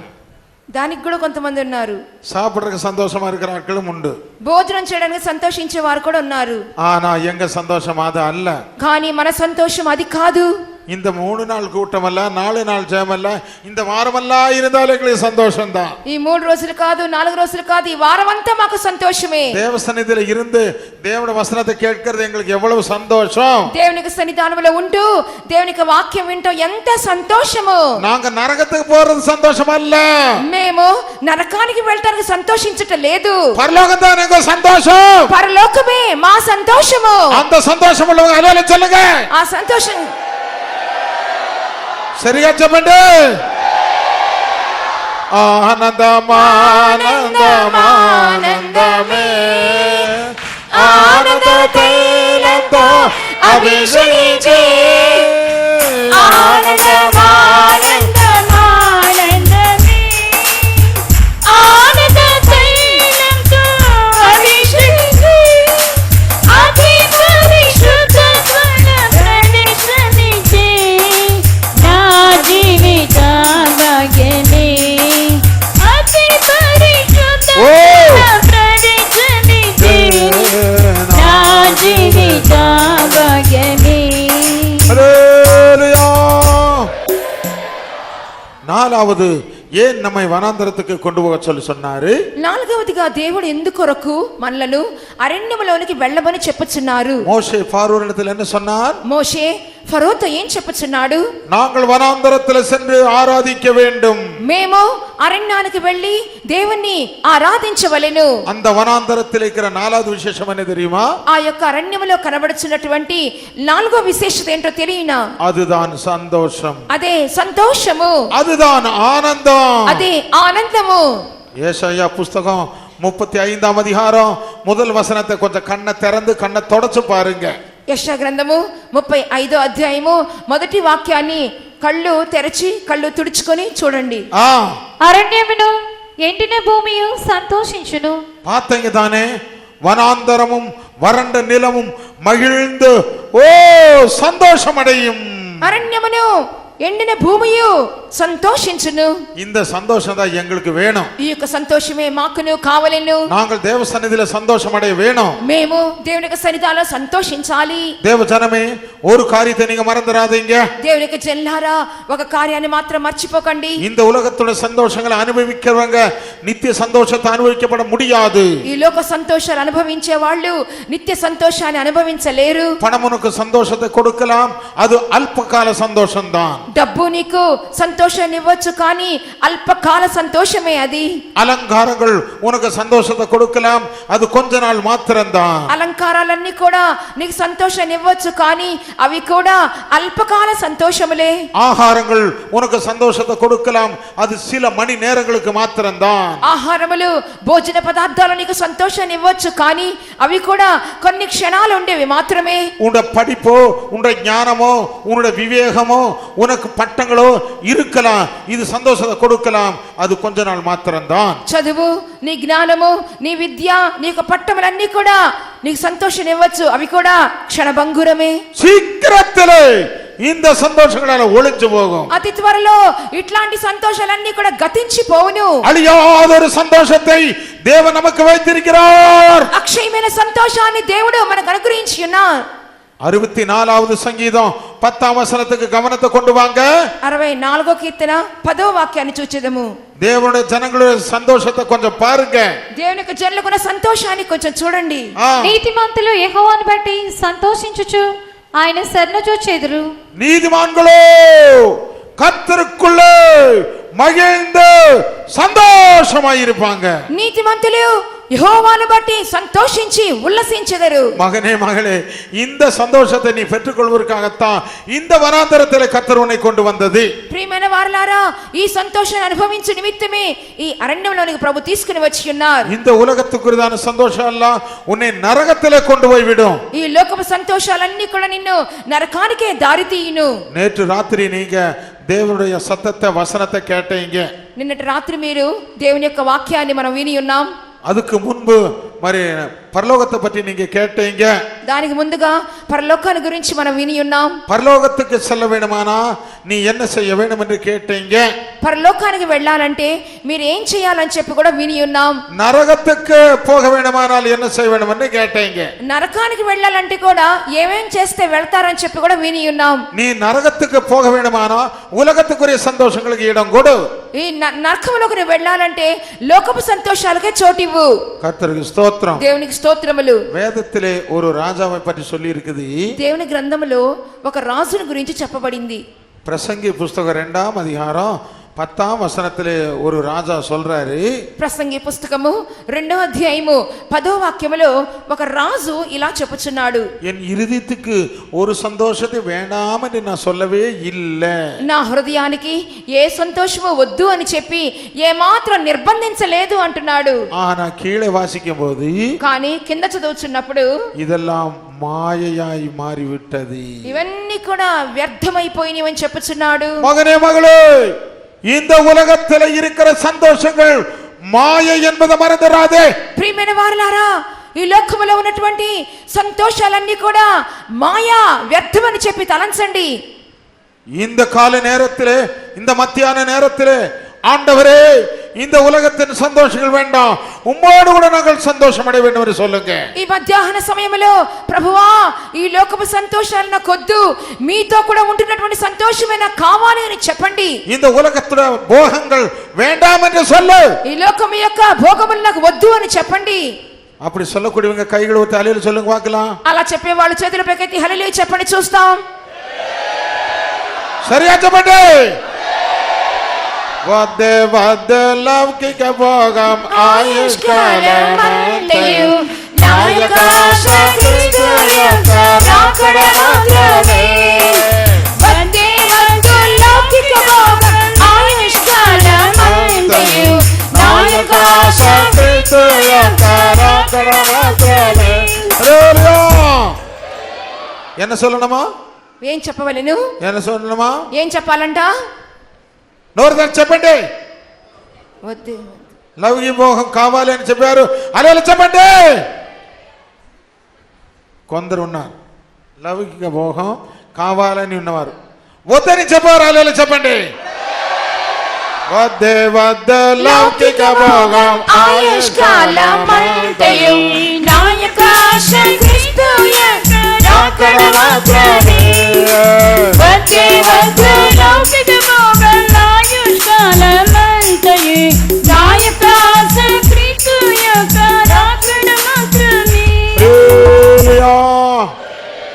ஏனென்று கண்டா இந்த உலகத்துல போகங்கள் சந்தோஷங்கள் வேண்டாம் என்று சொல்லுகிறவங்க మహిళందు సంతోషమడియ పోగరాంగ. ఈ లోకపు సంతోషాలు ఈ లోక భోగాలని వద్దే వద్దు అని చెప్పుచున్న వారందరూ కూడా దేవునిలో వాళ్ళు సంతోషిస్తారు. ஏனென்று கண்டால் இந்த உலகத்துக்குரிய போகங்களையோ சந்தோஷங்களையோ ஆசை இச்சைகளையோ வெறுத்தவர்களுக்கு தேவன் அழியாத சந்தோஷத்தை நித்திய சந்தோஷத்தை அவர் வச்சிருக்கிறாரு. ఎవరైతే లోకపు ఆశలు లోకపు భోగేచ్ఛలు పాప సంతోషాలు విడిచిన వాళ్ళకి దేవుడు నిత్యమైనటువంటి అక్షయమైనటువంటి సంతోషాన్ని ఉంచి ఉన్నారు. 104வது சங்கீதம் 104వ కీర్తన 34வது వచనத்தை படிக்கும்போது 34వ వాక్యాన్ని చదువుతున్నప్పుడు ఆయనను గూర్చిన నా ధ్యానము ఆయనకి ఇంపుగా నుండును గాక. నేను యెహోవా యందు సంతోషించెదను. యెహోవా యందు సంతోషించెదను. నేను యెహోవా యందు సంతోషించెదను. இதுதான் நம்முடைய சந்தோஷம். இதே మనకు సంతోషము. இந்த 4 நாளா இந்த வனாந்தரத்துல இருக்கிறது தேவனோடு இருக்கிற சந்தோஷத்துக்காகத்தான். ఈ 4 రోజులు మనము అరణ్యములో ఉంటున్నామే దేవుని యందు సంతోషించు నిమిత్తమే. என் ஜனங்களை அனுப்பு, నా జనులను పంపించుము. வனாந்தரத்தில் ஆராதிக்க வேண்டும். అరణ్యములో ఆరాధించవలెను. நாங்கள் ஆராதிக்கும் போதுதான் எங்களுக்கு சந்தோஷம் உண்டு.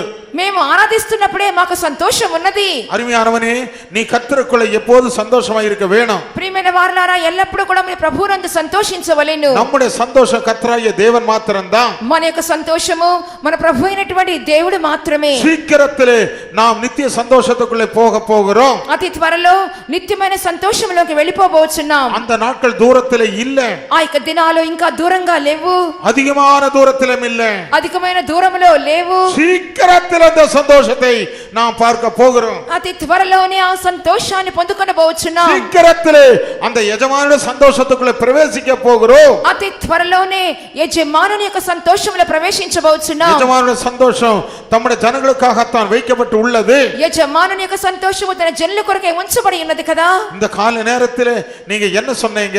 ఈ ఉదయ కాలమందు మీరేం చెప్పి ఉన్నారు? என் நேசரே தீவிரம் என்று தானே நீங்க வாசித்தீங்க. నా ప్రియుడా త్వరపడము అని చెప్పి ఉన్నాం కదా. யார் யார் சொன்னீங்க? ఎవరెవరు చెప్పారు? என் நேசரே தீவிரம் என்று சொன்னவங்க எல்லாம் அலையில சொல்லுங்க பார்க்கலாம். నా ప్రియుడా త్వరపడము అని చెప్పిన వాళ్ళందరూ హల్లెలూయా చెప్పండి. సరిగా చెప్పండి. ఇంకొకసారి చెప్పండి. ప్రియుని రాకడలో ఆయనతో ఎగిరిపోతే చాలు నాకు. ప్రియుని రాకడలో ఆయనతో ఎగిరిపోతే చాలు నాకు. ఎగురుటకు కావలసిన బలమిస్తే చాలు నాకు.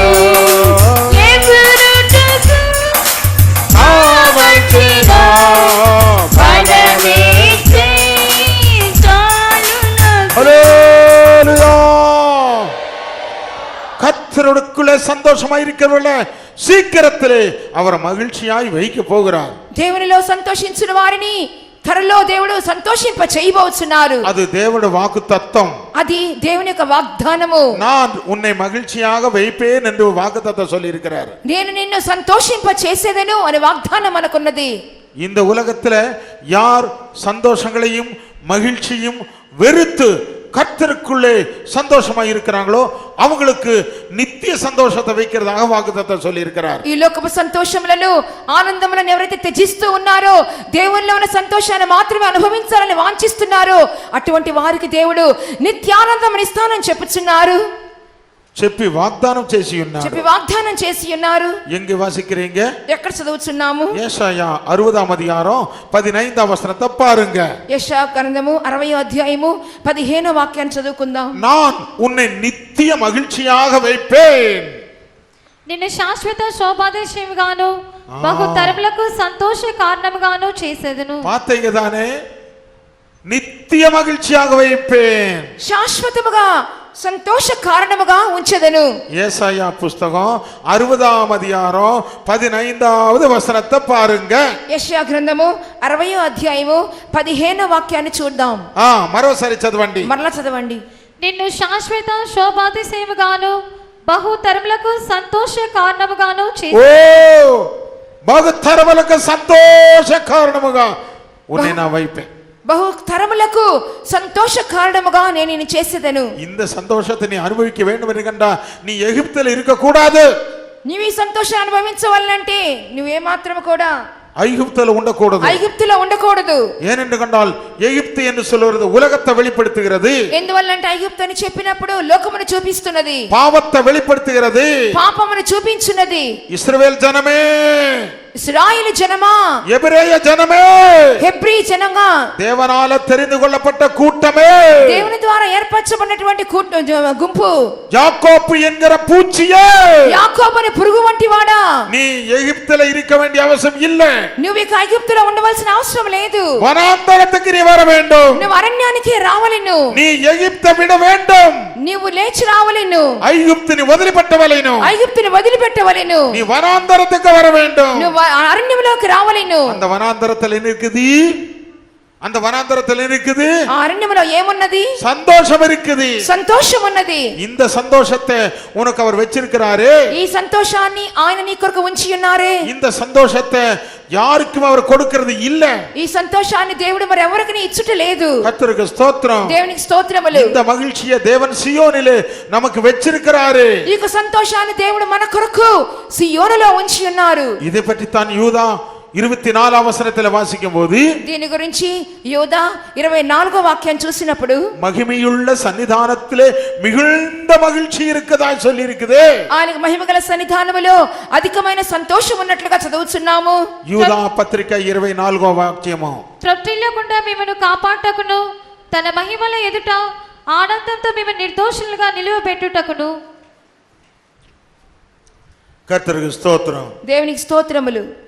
தமது மகிமையுள்ள சன்னிதானத்திலே மிகுந்த மகிழ்ச்சி என்று எழுதப்பட்டுள்ளதே. ఆయన మహిమ ఎదుట మిక్కిలి ఆనందముతో అని చెప్పి వ్రాయబడి ఉన్నదే. மகனே மகளே, இந்த மகிழ்ச்சியை நீ பெற வேண்டும் என்று நீ விரும்புறியா? కుమారుడా కుమారి, ఈ యొక్క సంతోషమును పొందుకోవాలని చెప్పి వాంఛిస్తున్నావా? ஆவிக்குரிய இஸ்ரவேலே, நீ எகிப்தை விட வேண்டும் என்று விரும்புறியா? ఆత్మీయమైన ఇశ్రాయేలు, నువ్వు ఐగుప్తును విడిచిపెట్టవాలని కోరుచున్నావా? எபிரேய கூட்டமே, நீ உலகத்தை விட வேண்டும் என்று நீ வாஞ்சிக்கிறையா? హెబ్రీ జనాంగమా, నువ్వు లోకాన్ని వదలాలని చెప్పి వాంఛిస్తున్నావా? தேவனுடைய சுதந்திரமே, நீ மிகுந்த மகிழ்ச்சியை பெற வேண்டும் என்று விரும்புறியா? దేవుని స్వాస్థ్యమా, మిక్కిలి సంతోషాన్ని పొందాలని చెప్పి ఆశపడుచున్నావా? யாக்கோப்பு என்கிற பூச்சியே, மிகுந்த சந்தோஷத்தை பெற வாஞ்சிக்கிறையா? పురుగు వంటి యాకోబు, మిక్కిలి సంతోషాన్ని పొందాలని ఇష్టపడుచున్నావా? அப்படியானால் நீ எகிப்தை விடு. అట్లయితే నువ్వు ఐగుప్తుని విడిచిపెట్టు. உலகத்தை விட்டு விடு. లోకాన్ని వదిలిపెట్టు. பாவத்தை விட்டு விடு. పాపాన్ని విడిచిపెట్టు. மோகங்களை விட்டு விடு. ஆசை இச்சைகளை விட்டு விடு. ఆశేచ్ఛలు విడిచిపెట్టు. நீ வனாந்தரத்துக்கு வா. నువ్వు అరణ్యములోకి రమ్ము. வனாந்தரத்தில் வந்து ஆராதனை செய். అరణ్యములోకి వచ్చి ఆరాధన చేయుము. இந்த வனாந்தரத்தில் தான் உனக்கு நித்திய மகிழ்ச்சி உண்டு. ఈ అరణ్యములోనే నిత్య సంతోషము నీకున్నది. இந்த சந்தோஷத்தை யாராலும் கொடுக்க முடியாது. ఈ సంతోషాన్ని ఎవ్వరూ నీకు ఇవ్వలేరు.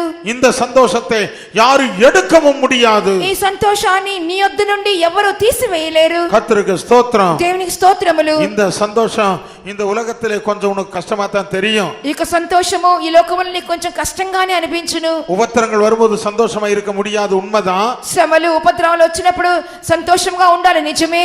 ஆனா அதே சமயத்திலே கர்த்தருக்குள்ளே சந்தோஷமா இருந்துவாரு, உபத்திரவத்தை நீ ஜெயிக்க முடியும். కానీ ఆ సమయంలో దేవుని యందు సంతోషించుము, ఉపద్రవములను శ్రమలను జయించగలవు. ஏனென்று கண்டால் உபத்திரவத்திலே சந்தோஷமா இருக்கிறவங்க தான் நித்தியமான சந்தோஷத்தை பெற்றுக்கொள்ளுவாங்க.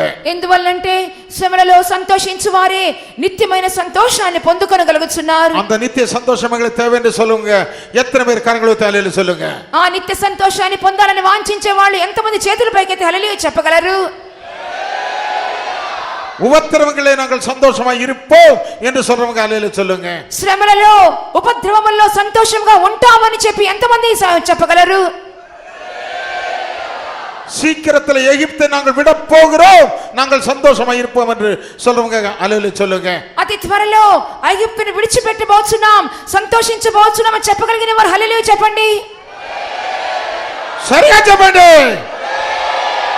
శ్రమలలో సంతోషించు వారికి నిరీక్షణ కలుగునుగా.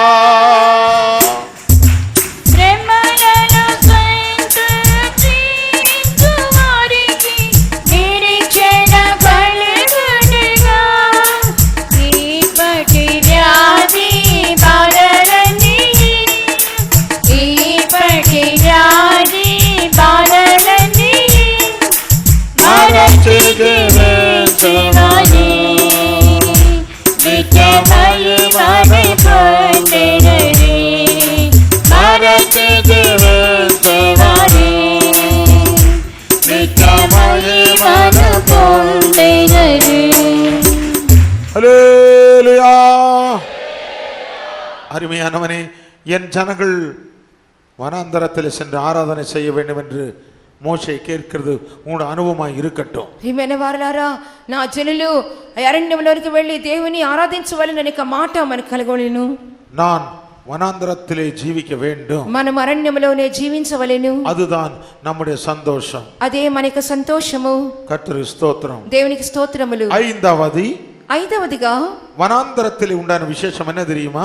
అరణ్యములో కనబడుచున్నటువంటి విశేషత ఏంటో తెలియనా? వనాంతరத்திலே న్యాయం இருக்கும் என்று சொல்லப்பட்டுள்ளது. అరణ్యములో న్యాయము కనబడుచున్నది. కర్తருக்கு స్తోత్రం. దేవునికి స్తోత్రములు. యేసయ్యా పుస్తకం 32వ అధ్యాయం 11వ వచనத்தை பாருங்க. యెషయా గ్రంథము 32వ అధ్యాయము 11వ వాక్యం చదువుకుందాం. వనాంతరத்திலே న్యాయం వాసమాయి இருக்கும் என்று சொல்லி இருக்குது. అరణ్యములో న్యాయము నివాసము చేయనని వ్రాయబడి ఉన్నది.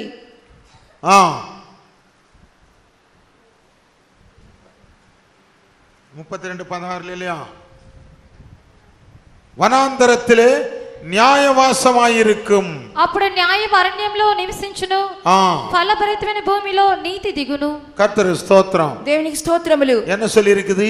ఏం చెప్పబడుచున్నది? ஏன் వనాంతర வரவேணா? ఎందువల్ల అరణ్యానికి రావాలెను?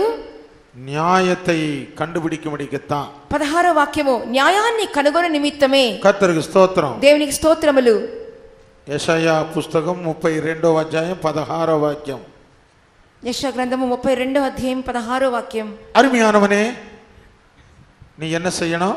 ప్రియమైన వారలారా, మీరేం చేయవలెను? ஏன் వనాంతరத்துக்கு வர வேணும்? ఎందుకు అరణ్యములోనికి రావలెను? உன்னுடைய நியாயங்கள் கேட்கப்பட வேணும். నీ న్యాయములన్నీ కూడా వినబడవలెను. உலகத்துல இருந்தா உனக்கு நியாயம் செய்கிறவர் யாருமே இல்ல. ఈ లోకములో నువ్వు ఉంటే నీకు న్యాయం చేసే వాళ్ళు ఎవరునూ ఉండరు. உன்னுடைய சொந்தம் உனக்கு நியாயம் செய்கிறது இல்ல. నీ సొంత వారు నీకు న్యాయమే చెయ్యరు. மனிதர்கள் உனக்கு நியாயம் செய்ய முடியாது. మనుషులు నీకు న్యాయాన్ని చేకూర్చరు. நீ உனக்கு நியாயம் செய்ய வேண்டும் என்று கண்டால் వనాంతరத்துக்கு வா. నీకు న్యాయం జరగాలంటే అరణ్యంలోనికి రమ్ము. ஏனென்று கண்டா న్యాయం செய்கிறதான தேவன் ஒருவர் உண்டு. ఎందువల్లంటే న్యాయం చేసే దేవుడు ఒకరున్నారు. 37வது சங்கீதம் 37వ కీర్తన 23வது வசனத்திலே என்ன சொல்லப்பட்டது? 23వ వాక్యంలో ఏం చెప్పబడుచున్నది? கர்த்தர் நியாயம் செய்கிறவர் தானே. దేవుడు న్యాయము చేయవాడు కదా. உலகத்தாரெல்லாம் அநியாயம் செய்கிறாங்களா? பயப்படாதே. లోకస్తులు అన్యాయము చేసేదరు కానీ భయపడవద్దు. 28వ వాక్యం. ఏలైనగా యెహోవా న్యాయమును ప్రేమించువాడు, ఆయన తన భక్తులను విడువడు. கர்த்தருக்கு ஸ்தோத்திரம். దేవునికి స్తోత్రములు. தம்முடைய பரிசுத்தவான்களுக்கு அவர் நியாயம் செய்கிறவராய் இருக்கிறார். తన భక్తులకు తన పరిశుద్ధులకు ఆయన న్యాయము చేయవాడై ఉన్నాడు. மகனே மகளே, இந்த உலகத்தில் உனக்கு நியாயம் இல்லாதிருந்தாலும் சீக்கிரத்திலே நியாய கர்த்தர் ஒருவர் உண்டு என்பதை நீ மறந்துடாதே. ప్రియమైన వారలారా, ఈ లోకములో నీకు న్యాయము జరగకుండా పోయినప్పటికీ అతి త్వరలో న్యాయము తీర్చే దేవుడు ఒకరున్నారని మర్చిపోవద్దు. உன்னுடைய நியாயத்தை எல்லாம் மனிதர்கள் அநியாயமாய் மாற்றி இருக்கிறார்களா? பயப்படாதே. నీ న్యాయం అంతటిని మనుషులు అన్యాయంగా చేసి ఉన్నారా? భయపడవద్దు. உன்னை நிந்தித்து பரியாசம் பண்ணி உன்மேல குற்றங்கள் சாட்டுகிறார்களா? பயப்படாதே. నిన్ను నిందించి పరిహాసము చేసి నీ మీద నేరములను మోపుచున్నారా? భయపడవద్దు. உன்னுடைய நியாயம் எடுக்கப்பட்டதா? பயப்படாதே. నీ న్యాయము తీసివేయబడినదా? నువ్వు భయపడవద్దు. இது இயேசு கடந்து சென்ற பாதை. ఇది యేసు దాటి వెళ్ళిన మార్గమే. இயேசுவின் நியாயம் எடுக்கப்பட்டது. యేసు ప్రభు యొక్క న్యాయము తొలగించబడెను. நியாயமாய் தீர்ப்பு செய்கிற தேவனுக்கு தன்னை ஒப்பு கொடுத்தாரே. న్యాయముగా తీర్పు తీర్చు దేవునికి తన్ను తాను అప్పగించుకొని ఉన్నారే. நீ வனாந்தரத்தின் பாதையிலே கடந்து வரும்போது, ஒன்றுமில்லாத பாதையிலே கர்த்தர் உன்னை நடத்து பாதையிலே வரும்போது உனக்கு நியாயம் செய்யாமல் இருக்கவே மாட்டார். నువ్వు అరణ్యములో వెళుచున్నప్పుడు, ఏమీ లేనటువంటి మార్గములో వెళుచున్నప్పుడు దేవుడు నీకు న్యాయము చేయకుండా మౌనంగా ఉండరు. ஒருவேளை நீ விதவையா இருக்கலாம், ఒకవేళ నువ్వు విధవరాలుగా ఉండొచ్చు, அனாதியா இருக்கலாம், అనాదిగా ఉండొచ్చు, எந்த திக்கும் இல்லாமல் இருக்கலாம், దిక్కులేని వారిగా ఉండొచ్చు, உனக்காக சகாயம் செய்யாமல் யாரும் வராது இருக்கலாம், నీకు సహాయం చేయలేని నిస్సహాయ స్థితిలో ఉండొచ్చు. பயப்படாதே. భయపడవద్దు. உனக்கு நியாயம் செய்கிற தேவன் உனக்கு முன்பாக இருக்கிறார். నీకు న్యాయం చేసే దేవుడు నీకు ముందుగా ఉన్నారు. அவரிடத்தில் அநியாயம் இல்லவே இல்லை. ఆయన యందు అన్యాయమే లేదు. அவரிடத்தில் அநீதி இல்லவே இல்லை. ఆయన యందు అనీతి లేనే లేదు. 135வது சங்கீதம் 135వ కీర్తన 14వ వచనத்தில் వాసిக்கும் போது 14వ వాక్యం చూసినప్పుడు, యెహోవా తన ప్రజలకు న్యాయం తీర్చును. பாத்தீங்க தானே, தம்முடைய ஜனங்களுக்கு அவர் நியாயம் செய்வார். యెహోవా తన ప్రజలకు న్యాయం తీర్చును. அந்த தேவன் உன்னோடு இருக்கும்போது நீ ஏன் பயப்பட வேணும்? ఆ దేవుడు నీతో ఉన్నంత వరకు నువ్వు ఎందుకు భయపడవలెను? கர்த்தர் ஸ்தோத்திரம். దేవునికి స్తోత్రములు. வீதியில ஒரு யானை நடந்து போகுதுன்னு வெச்சுக்கொள்ளுங்க. వీధిలో ఒక ఏనుగు నడిచి వెళ్తుంది అనుకోండి. கர்த்தர் ஸ்தோத்திரம். దేవునికి స్తోత్రములు. யானை மேல ஒரு நீங்க உட்கார்ந்து இருக்கிறீங்கன்னு வெச்சுக்கொள்ளுங்க. ఏనుగు మీద మీరు కూర్చొని ఉన్నారని చెప్పి అనుకోండి. வீதியில யானை நடந்து போது யானை மேல நீங்க உட்கார்ந்து இருக்கிறீங்க. వీధిలో ఏనుగు నడిచి వెళుతూ ఉంది, ఏనుగు మీద మీరు ఎక్కి కూర్చున్నారు. அந்த வீதியில இருக்கிற நாய்கள் எல்லாம் வந்து சத்தம் போடுது. ఆ యొక్క వీధిలో ఉన్న కుక్కలన్నీ కూడా మొరుగుతూ ఉన్నాయి. யாராவதுக்கு பயம் இருக்குமா? அந்த அந்த யானை மேல உட்கார்ந்து இருக்கிறவங்க பயம் இருக்குதா? అలా కుక్కలు మొరుగుటం చూసి ఏనుగు మీద కూర్చున్న వ్యక్తికి భయం కలుగునా? కలుగునా? తల ఊపండి చూద్దాం. కలుగునండి, ఇలాగ చేయండి. కలుగునండి, ఇలా ఊపండి. అల్లం తిన్న కోతిలాగా నన్ను చూడకండి. கர்த்தர் ஸ்தோத்திரம். யானை மேல உட்கார்ந்து இருக்கிறவன் நாயோட சத்தத்தை கேட்டு பயப்படுவானா? ఏనుగు మీద కూర్చున్న వారు కుక్కల శబ్దాన్ని విని, కుక్కల మొరగటం విని భయపడతారా? பயப்படுகிறதே இல்ல. భయపడరు. நீ யாருடைய ஆள்? నువ్వు ఎవరి యొక్క వ్యక్తివి? கர்த்தர் ஸ்தோத்திரம். దేవునికి స్తోత్రములు. இயேசுவோடு கூட நடக்கிற ஆள் இருக்கும்போது உலகத்துக்குரிய காரியங்களை கண்டு நீ பயப்பட வேண்டிய அவசியமே இல்லை. యేసుతో పాటు నడుస్తున్నప్పుడు లోక కార్యాలు చూసి నువ్వు భయపడనక్కర్లేదు. உன்னுக்காக நியாயம் செய்கிற தேவன் ஒருவர் உண்டு. నీ కొరకు న్యాయం చేసే దేవుడు ఒకరు ఉన్నారు. அந்த நாள் வரும்போது நீ உன்னுடைய நியாயத்தை வெளிப்படுத்த முடியும். ఆ దినము వచ్చినప్పుడు నీవు కూడా నీ న్యాయాన్ని బయలుపరచవచ్చును. தேவன் உனக்காக நியாயம் செய்யும் நாள் வந்து கொண்டு இருக்கிறது. దేవుడు నీ కొరకు న్యాయం చేసే దినం ఆసన్నమై ఉన్నది. கர்த்தருக்கு ஸ்தோத்திரம். దేవునికి స్తోత్రములు. ஏசாயா 16వ அதிகாரம் 5వ వచనத்தில் వాసిக்கும் போது, యెషయా గ్రంథము 16వ అధ్యాయము 5వ వాక్యం చదువుచున్నప్పుడు, சீக்கிரத்திலே உனக்கு நீதி செய்கிற தேவன் வருகிறார். అతి త్వరలో నీకు నీతి న్యాయం చేసే దేవుడు వచ్చుచున్నారు. உனக்கு நீதி செய்கிற தேவன் இருக்கும்போது பயப்பட வேண்டிய அவசியமே இல்லை. నీకు నీతిని చేసే దేవుడు వచ్చుచున్నప్పుడు నువ్వు భయపడన అవసరం లేదు. அவர் உன்னை பாதுகாக்கிறவராய் இருக்கிறார். ఆయన నిన్ను కాపాడువారై ఉన్నారు. கர்த்தருக்கு ஸ்தோத்திரம். దేవునికి స్తోత్రములు. நம்முடைய ஜனங்களை பார்த்து பயப்படாதே என்று தான் சொல்றாரு. తన జనులను చూసి ఆయన భయపడకుడి అని చెప్పుచున్నారు. வாசிங்க அந்த వచనத்தை. చదువుకుందాం వాక్యాన్ని. యెషయా పుస్తకం 16:5.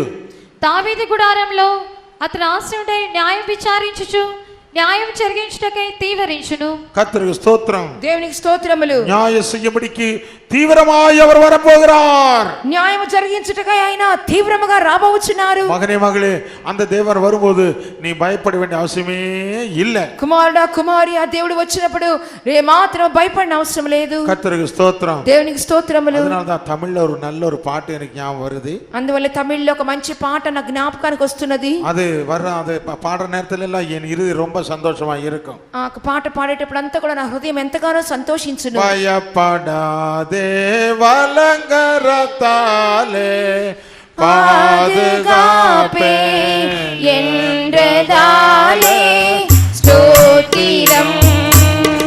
பயப்படாதே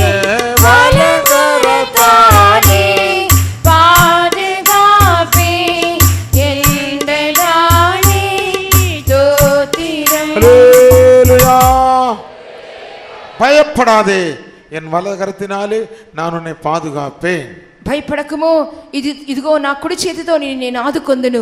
அவர் இருக்கும்போது உன்ற நியாயமெல்லாம் ஒரு நாள் சீக்கிரத்தில் அவர் செய்ய போகிறார். ఆయన ఉంటున్నప్పుడు నిశ్చయముగా నీ న్యాయములన్నీ కూడా ఒక దినమందు ఆయన చేయును. மகனே மகளே, இந்த வனாந்தரத்தின் பாதையிலே அவர் உன்னை கொண்டு வருகிற நோக்கம் என்ன? కుమారుడా కుమారి, ఈ అరణ్య మార్గములో ఆయనను తీసుకుని వెళ్ళట గల ఉద్దేశం ఏమి? உன் குடும்ப ஜீவியத்திலே, నీ కుటుంబ జీవితములో, தனிப்பட்ட வாழ்க்கையிலே, నీ వ్యక్తిగత జీవితములో ஒரு வனாந்தரத்தின் பாதையில் நடத்தப்படுகிறையா? అరణ్య మార్గములో నడిపించబడుచున్నావా? பயப்படாதே, భయపడవద్దు. உனக்கு நியாயம் செய்கிற தேவன் உண்டு. ఇదిగో నీకు న్యాయం చేసే దేవుడు ఉన్నారు. உனக்கு நீதி செய்கிற தேவன் உண்டு. నీకు నీతిని చేసే దేవుడు నీకున్నారు. சீக்கிரத்திலே அவர் உனக்கு நீதி செய்ய போகிறார். అతి త్వరలో ఆయన నీకు నీతిని చేయును. கர்த்தருக்கு ஸ்தோத்திரம். దేవునికి స్తోత్రములు. மோசே என்ன சொன்னாரு? మోషే ఏం చెప్పుచున్నాడు? என் ஜனங்களை நீ அனுப்பு, నా జనులను పంపించుము, நாங்கள் வனாந்தரத்துக்கு செல்ல வேண்டும். వారు అరణ్యానికి వెళ్ళవలెను. கர்த்தருக்கு ஸ்தோத்திரம். దేవునికి స్తోత్రములు. ஏன் வனாந்தரம் செல்ல வேணும்? ఎందుకు అరణ్యానికి వెళ్ళవలెను? உன்னிடத்தில் நாங்கள் இருக்கும் வரைக்கும் எங்களுக்கு நியாயம் இல்ல. నీ వద్ద ఉన్నంత వరకు మాకు న్యాయము లేదు. எகிப்தில இருக்கும் வரைக்கும் நியாயம் இல்ல. ఐగుప్తులో ఉన్నంత వరకు మాకు న్యాయము లేదు. பாவத்துக்குள்ள இருக்கும் வரைக்கும் நீதி இல்ல. పాపములో ఉన్నంత వరకు నీతి లేదు. எங்களுக்கு நீதி வேண்டும் என்று கண்டால், நியாயம் வேண்டும் என்று கண்டால், நாங்கள் வனாந்தரத்தில் சென்று ஆராதிக்க வேண்டும். మాకు నీతి కావాలంటే, న్యాయము కావాలంటే అరణ్యంలోనికి వెళ్ళి మేము ఆరాధించవలెను. அந்த நீதியுள்ள தேவன் உங்களோடு கூட இருக்கட்டும். ఆ నీతి గల దేవుడు మీతో కూడా ఉండనివ్వండి. பயப்படாம தேவ சந்நிதியிலே நீங்கள் சந்தோஷமா இருங்க. భయపడకుండా ఆ దేవునికి సన్నిధానంలో సంతోషించండి. கர்த்தருக்கு ஸ்தோத்திரம். దేవునికి స్తోత్రములు. சுருக்கமாய் முடிக்கிறோம். క్లుప్తంగా ముగిస్తాను. சமயான முடியல, ஆனாலும் சுருக்கமா முடிக்கிறோம். సమయం అంతగా అవ్వలేదు కానీ నేను క్లుప్తంగా ముగించదను. சாயங்காலம் நம்ம கூட்டம் இருக்குது. సాయంత్రం మరలా మన కూటం ఉన్నది. கர்த்தருக்கு ஸ்தோத்திரம். దేవునికి స్తోత్రములు. வாசிங்க, அந்த முதல் வசனத்தை வாசிங்க. మరలా మొదటి వాక్యాన్ని చదువుకుందాం. అతను చూసి అన్యమందు నన్ను సేవించుటకై నా ప్రజలను పోనిమ్మని ఆజ్ఞాపించుటగాను మేము అరణ్యంలోనికి 3 దినముల ప్రయాణమంతా దూరం పోయి మా దేవుడైన యెహోవా మాకు సెలవిచ్చినట్లు ఆయనకు బలి అర్పించుదుమనెను. வனாந்தரத்தில் சென்று நாங்கள் தேவனுக்கு பலி செலுத்த வேண்டும், ஆராதிக்க வேண்டும்.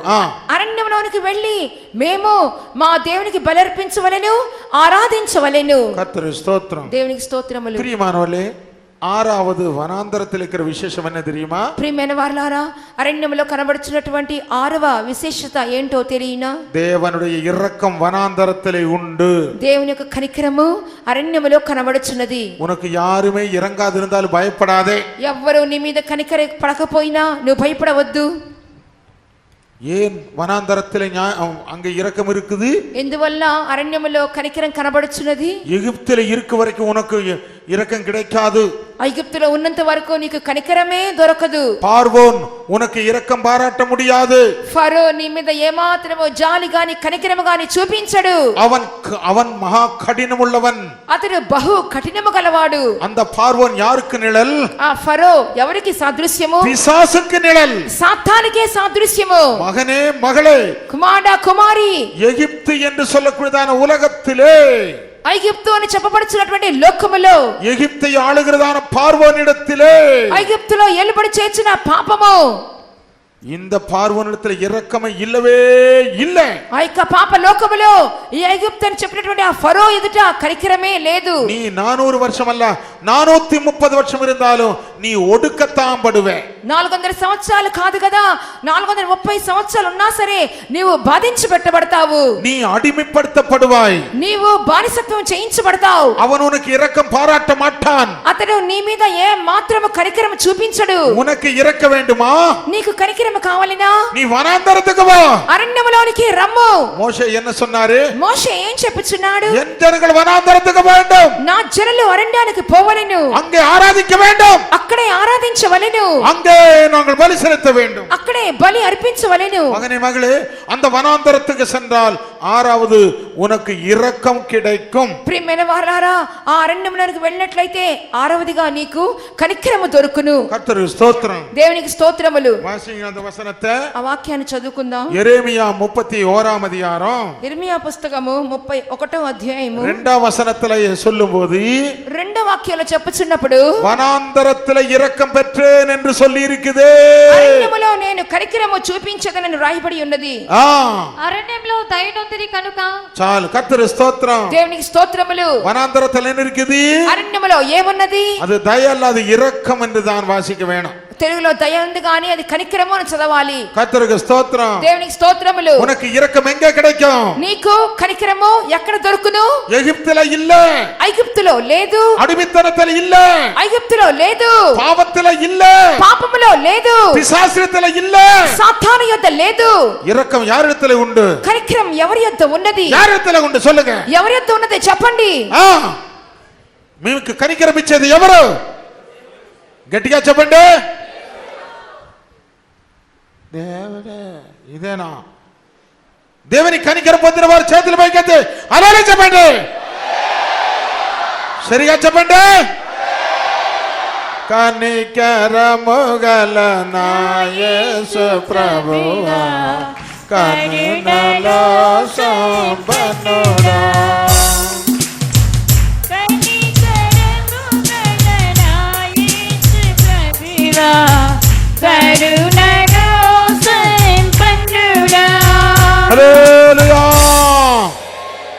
அவர் இரக்கமுள்ளதான தேவன், కనికరము గల దేవుడు. நீ வனாந்தரத்துக்கு வந்தா அவர் உனக்கு இரக்கம் தருகிறவராய் இருக்கிறார். అరణ్యములోనికి వస్తే నీకు తన కనికరమును ఆయన తప్పకుండా ఇచ్చెదరు. ஏனென்றால் அவரிடத்திலே திரளான இரக்கங்களும் மீட்பும் உண்டு.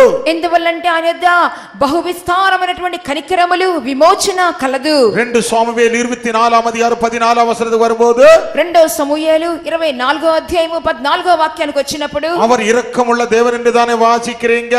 ఆయన కనికరము జాలి గల దేవుడని చదువుచున్నాం. మహా இரக்கமுள்ளவர், మహా కనికరములు గల దేవుడు. தேவ சபையே, దేవుని సంఘమా, தேவ ஜனமே, దేవుని జనాంగమా, தேவனுடைய இரக்கத்தை பெற்றுக் கொள்ளுங்க. దేవుని కనికరమును పొందుకొనండి. உலகத்தில் இருந்தால் இரக்கத்தை பெற முடியாது. లోకములో ఉంటే కనికరాన్ని పొందలేరు. உலகத்தை விட்டு வெளியே வாங்க. లోకమును విడిచి రండి. பாவத்தை விட்டு வெளியே வாங்க. పాపమును విడిచి బయటికి రండి. தேவனுடைய இரக்கம் உங்களுக்காய் காத்துக் கொண்டிருக்கிறது. దేవుని కనికరం మీకోసం కనిపెట్టుచున్నది. தாவீது சொல்லும்போது என்ன சொன்னாரு? దావీదు చెప్పుచున్నప్పుడు ఏమంటున్నాడు? அவருடைய இரக்கங்கள் மகா பெரியது. ఆ కనికరములు మహా గొప్పవి అని చెప్పుచున్నాడు. 2 సమూయేలు 24:14. కర్తరు స్తోత్రం. దేవునికి స్తోత్రం. மகனே மகளே, தேவனுடைய அன்பு நீ பெற்றிருப்பாயானா இரக்கம் அதோடு கூட தான் வருகிறது. దేవుని యొక్క ప్రేమను పొందుకుంటున్నప్పుడు దానితో పాటు ఆయన కనికరములు కూడా నీకు లభించుచున్నవి. தேவ இரக்கத்தை பெற்ற ஜனத்தை யாருமே ஒன்று செய்ய முடியாது. దేవుని యొక్క కనికరాన్ని పొందినటువంటి జనులను ఎవ్వరును ఏమీ చేయలేరు. கர்த்தருக்கு ஸ்தோத்திரம். దేవునికి స్తోత్రములు. பாலாக் என்ன செய்தான்? బాలాకు ఏం చేసి ఉన్నాడు? தேவ ஜனங்களை சபிக்கும்படி வந்தான். దేవుని జనాలను శపించాలని వచ్చాడు. கர்த்தருக்கு ஸ்தோத்திரம். దేవునికి స్తోత్రములు. இரக்கமற்றதான ஜனங்களை பார்த்து பிலேயாம் சொன்ன வார்த்தை என்ன? కనికరమ పొందినటువంటి జనులను చూసి బిలాము చెప్పిన మాట ఏంటి? அந்த ஜனங்கள் ஜாதிகளோட கலவாமல் தனிமையே వాసమాயிருப்பார்கள். ఆ యొక్క జనులు ఏ మాత్రము కూడా జనుల్లో లెక్కించబడకుండా ఒంటరిగా నివాసము చేసే జనులు. அந்த ஜனங்களை எழுப்புகிறவன் யார்? ఆ యొక్క జనులను ఎదిరించువారు ఎవరు? கர்த்தருக்கு ஸ்தோத்திரம். దేవునికి స్తోత్రములు. அந்த ஜனங்களுடைய பலம் காண்டாமிருகத்து கொத்ததாய் காணப்படுகிறது. ఆ యొక్క జనుల యొక్క బలము గురు పోతు బలము వంటిదిగా ఉంటున్నది. ஓ மகனே மகளே, இந்த நாட்களிலே தேவ இரக்கத்தை நீ பெற்றுக்கொண்டா நீ ஒரு காண்டாமிருகம்தான். కుమారుడా కుమారి, దినములలో నీవు దేవుని కనికరాన్ని పొందుకున్నట్లయితే గురు పోతు వంటి బలము నీకు వచ్చును. அந்த இரக்கமற்றதான ஜனங்கள் எப்படிப்பட்டவளா இருக்கிறாங்க? ఆ యొక్క కనికరం పొందినటువంటి జనులు ఏ విధంగా కనబడుచున్నారు? సింగத்தை போல எழும்பி நிற்கிறார்கள். వారు సింహము వలె లేచి నిలబడుచున్నారు. அதை எதிர்க்கிறவன் யார்? దానిని ఎదిరించువారు ఎవరు? மகனே மகளே, தேவ இரக்கம் இந்த மத்தியான நேரத்திலே உன்னை தேடி வந்து கொண்டிருக்கிறது. ఇదిగో దేవుని యొక్క కనికరము ఈ మధ్యాహ్న సమయంలో నిన్ను వెతుక్కుంటూ వస్తున్నది. 25வது சங்கீதம் 6ஆம் வசனத்திலே வாசிக்கும்போது அந்த இரக்கத்தை பற்றி தானே வாசிக்கிறீங்க. 25వ కీర్తన 6వ వాక్యములో కనికరాన్ని గురించి కదా చదువుచున్నాం. యెహోవా నీ కరుణాతిశయములను జ్ఞాపకం చేసుకొనుము, నీ కృపాస్థితములను జ్ఞాపకం చేసుకొనుము. கர்த்தருக்கு ஸ்தோத்திரம். దేవునికి స్తోత్రములు. தேவனுடைய இரக்கங்கள் இந்த கால நேரத்தில் உன்னை தேடி இந்த மத்திய நேரத்திலே தேடி வந்து கொண்டு இருக்கிறது. అవును, దేవుని యొక్క కనికరాతి సయములు ఈ మధ్యాహ్న సమయంలో నేను వెతుక్కుంటూ వస్తున్నవి. அவர் இரக்கமுள்ளதான தேவன். ఆయన కనికరము గల దేవుడు. அந்த இரக்கமுள்ள தேவன் கடைசி வரை உன்னை நடத்த போகிறார். ఆ కనికరము గల దేవుడు చివరి వరకు నేను నడిపించనై ఉన్నాను. அந்த இரக்கத்தை பற்றி தான் பேசும்போது என்ன சொன்னாரு? ఆ కనికరాన్ని గురించి మాట్లాడుచూ ఇంకను ఆయన ఏం చెప్పుచున్నారు? యేషయా 49వ அதிகாரம் యెషయా గ్రంథము 49వ అధ్యాయము 13వ వచనத்தில் வாசிக்கும்போது 13వ వాక్యం చదువుచున్నప్పుడు தம்முடைய ஜனங்கள் மேல அவர் இரக்கமாய் இருப்பார் என்று தானே சொல்லி இருக்குது. తన ప్రజల యందు ఆయన కనికరపడుచున్నారు, జాలి పడుచున్నారని కదా చెప్పుచున్నారు. శ్రమనందున తన జనుల యందు జాలిపడి యెహోవా తన జనుల ఓదార్చి ఉన్నాడు. அங்கே இரக்கமாய் இருப்பார் என்று நாம் திருத்திக் கொள்ளுவோம். అక్కడ జాలిపడి అక్కడ కనికరపడి అని దిద్దుకుందాం. கர்த்தருக்கு ஸ்தோத்திரம். దేవునికి స్తోత్రములు. அருமையானவனே, அந்த இரக்கமுள்ளதான தேவன் இரக்கத்தை தருவதற்காகத்தான் உன்னை வனாந்தரத்தின் பாதையிலே நடத்துவது. ఆ కనికరము గల దేవుడు నీకు కూడా తన కనికరాన్ని ఇవ్వాలనే అరణ్య మార్గములో నడిపించుచున్నారు.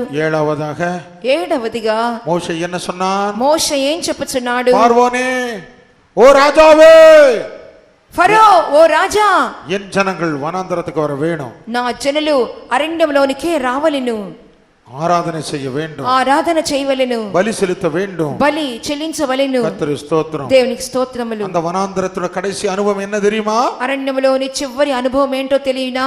இளைப்பாறுதல் உண்டு, విశ్రాంతి కలదు. அந்த வனாந்தரத்திலே கடைசியாக ஒரு இளைப்பாறுதல் உண்டு. అరణ్యములో చివరిదిగా ఒక విశ్రాంతి ఉన్నది. எழுத்தின்படி இந்த வறண்ட நிலத்திலே இந்த வனாந்தரத்தில் இளைப்பாறுதல் உண்டா? అక్షరానుసారంగా చూసినప్పుడు ఎడారి ప్రదేశంలో ఈ అరణ్యములో ఏదైనా విశ్రాంతి మనకుందా? ஆனால் அருமையானவனே, ஆவிக்குரிய பிரகாரமாக இயேசு இளைப்பாறுதல் அடையும்படிக்கு வனாந்தரத்துக்கு சென்றார் என்று தானே வாசிக்கிறீங்க. అయినప్పటికీ ఆత్మీయ రీతిగా చూసినప్పుడు యేసు ప్రభువు విశ్రాంతి పొందడానికి అరణ్య ప్రదేశానికి వెళ్ళినట్లుగా చదువుచున్నామే. கர்த்தருக்கு ஸ்தோத்திரம். దేవునికి స్తోత్రములు. வனாந்தரத்திலே இளைப்பாறுதல் இருக்கிறது என்று மார்க்கு சுவிசேஷம் 6ஆம் அதிகாரம் 31வது வசனத்துல தான் வாசிக்கிறீங்க. అరణ్య ప్రదేశములో విశ్రాంతి ఉన్నట్లుగా మార్కు సువార్త 6వ అధ్యాయము 31వ వాక్యంలో చూస్తున్నాం. అప్పుడు ఆయన మీరు ఏకాంతముగా అరణ్య ప్రదేశముకు వచ్చి కొంచెం సేపు అలసట తీర్చుకోండి అని చెప్పాను. கர்த்தருக்கு ஸ்தோத்திரம். దేవునికి స్తోత్రములు. కొంతసేపు అలసట ఇల్లవటాల్ ఇளைப்பாறுதல்.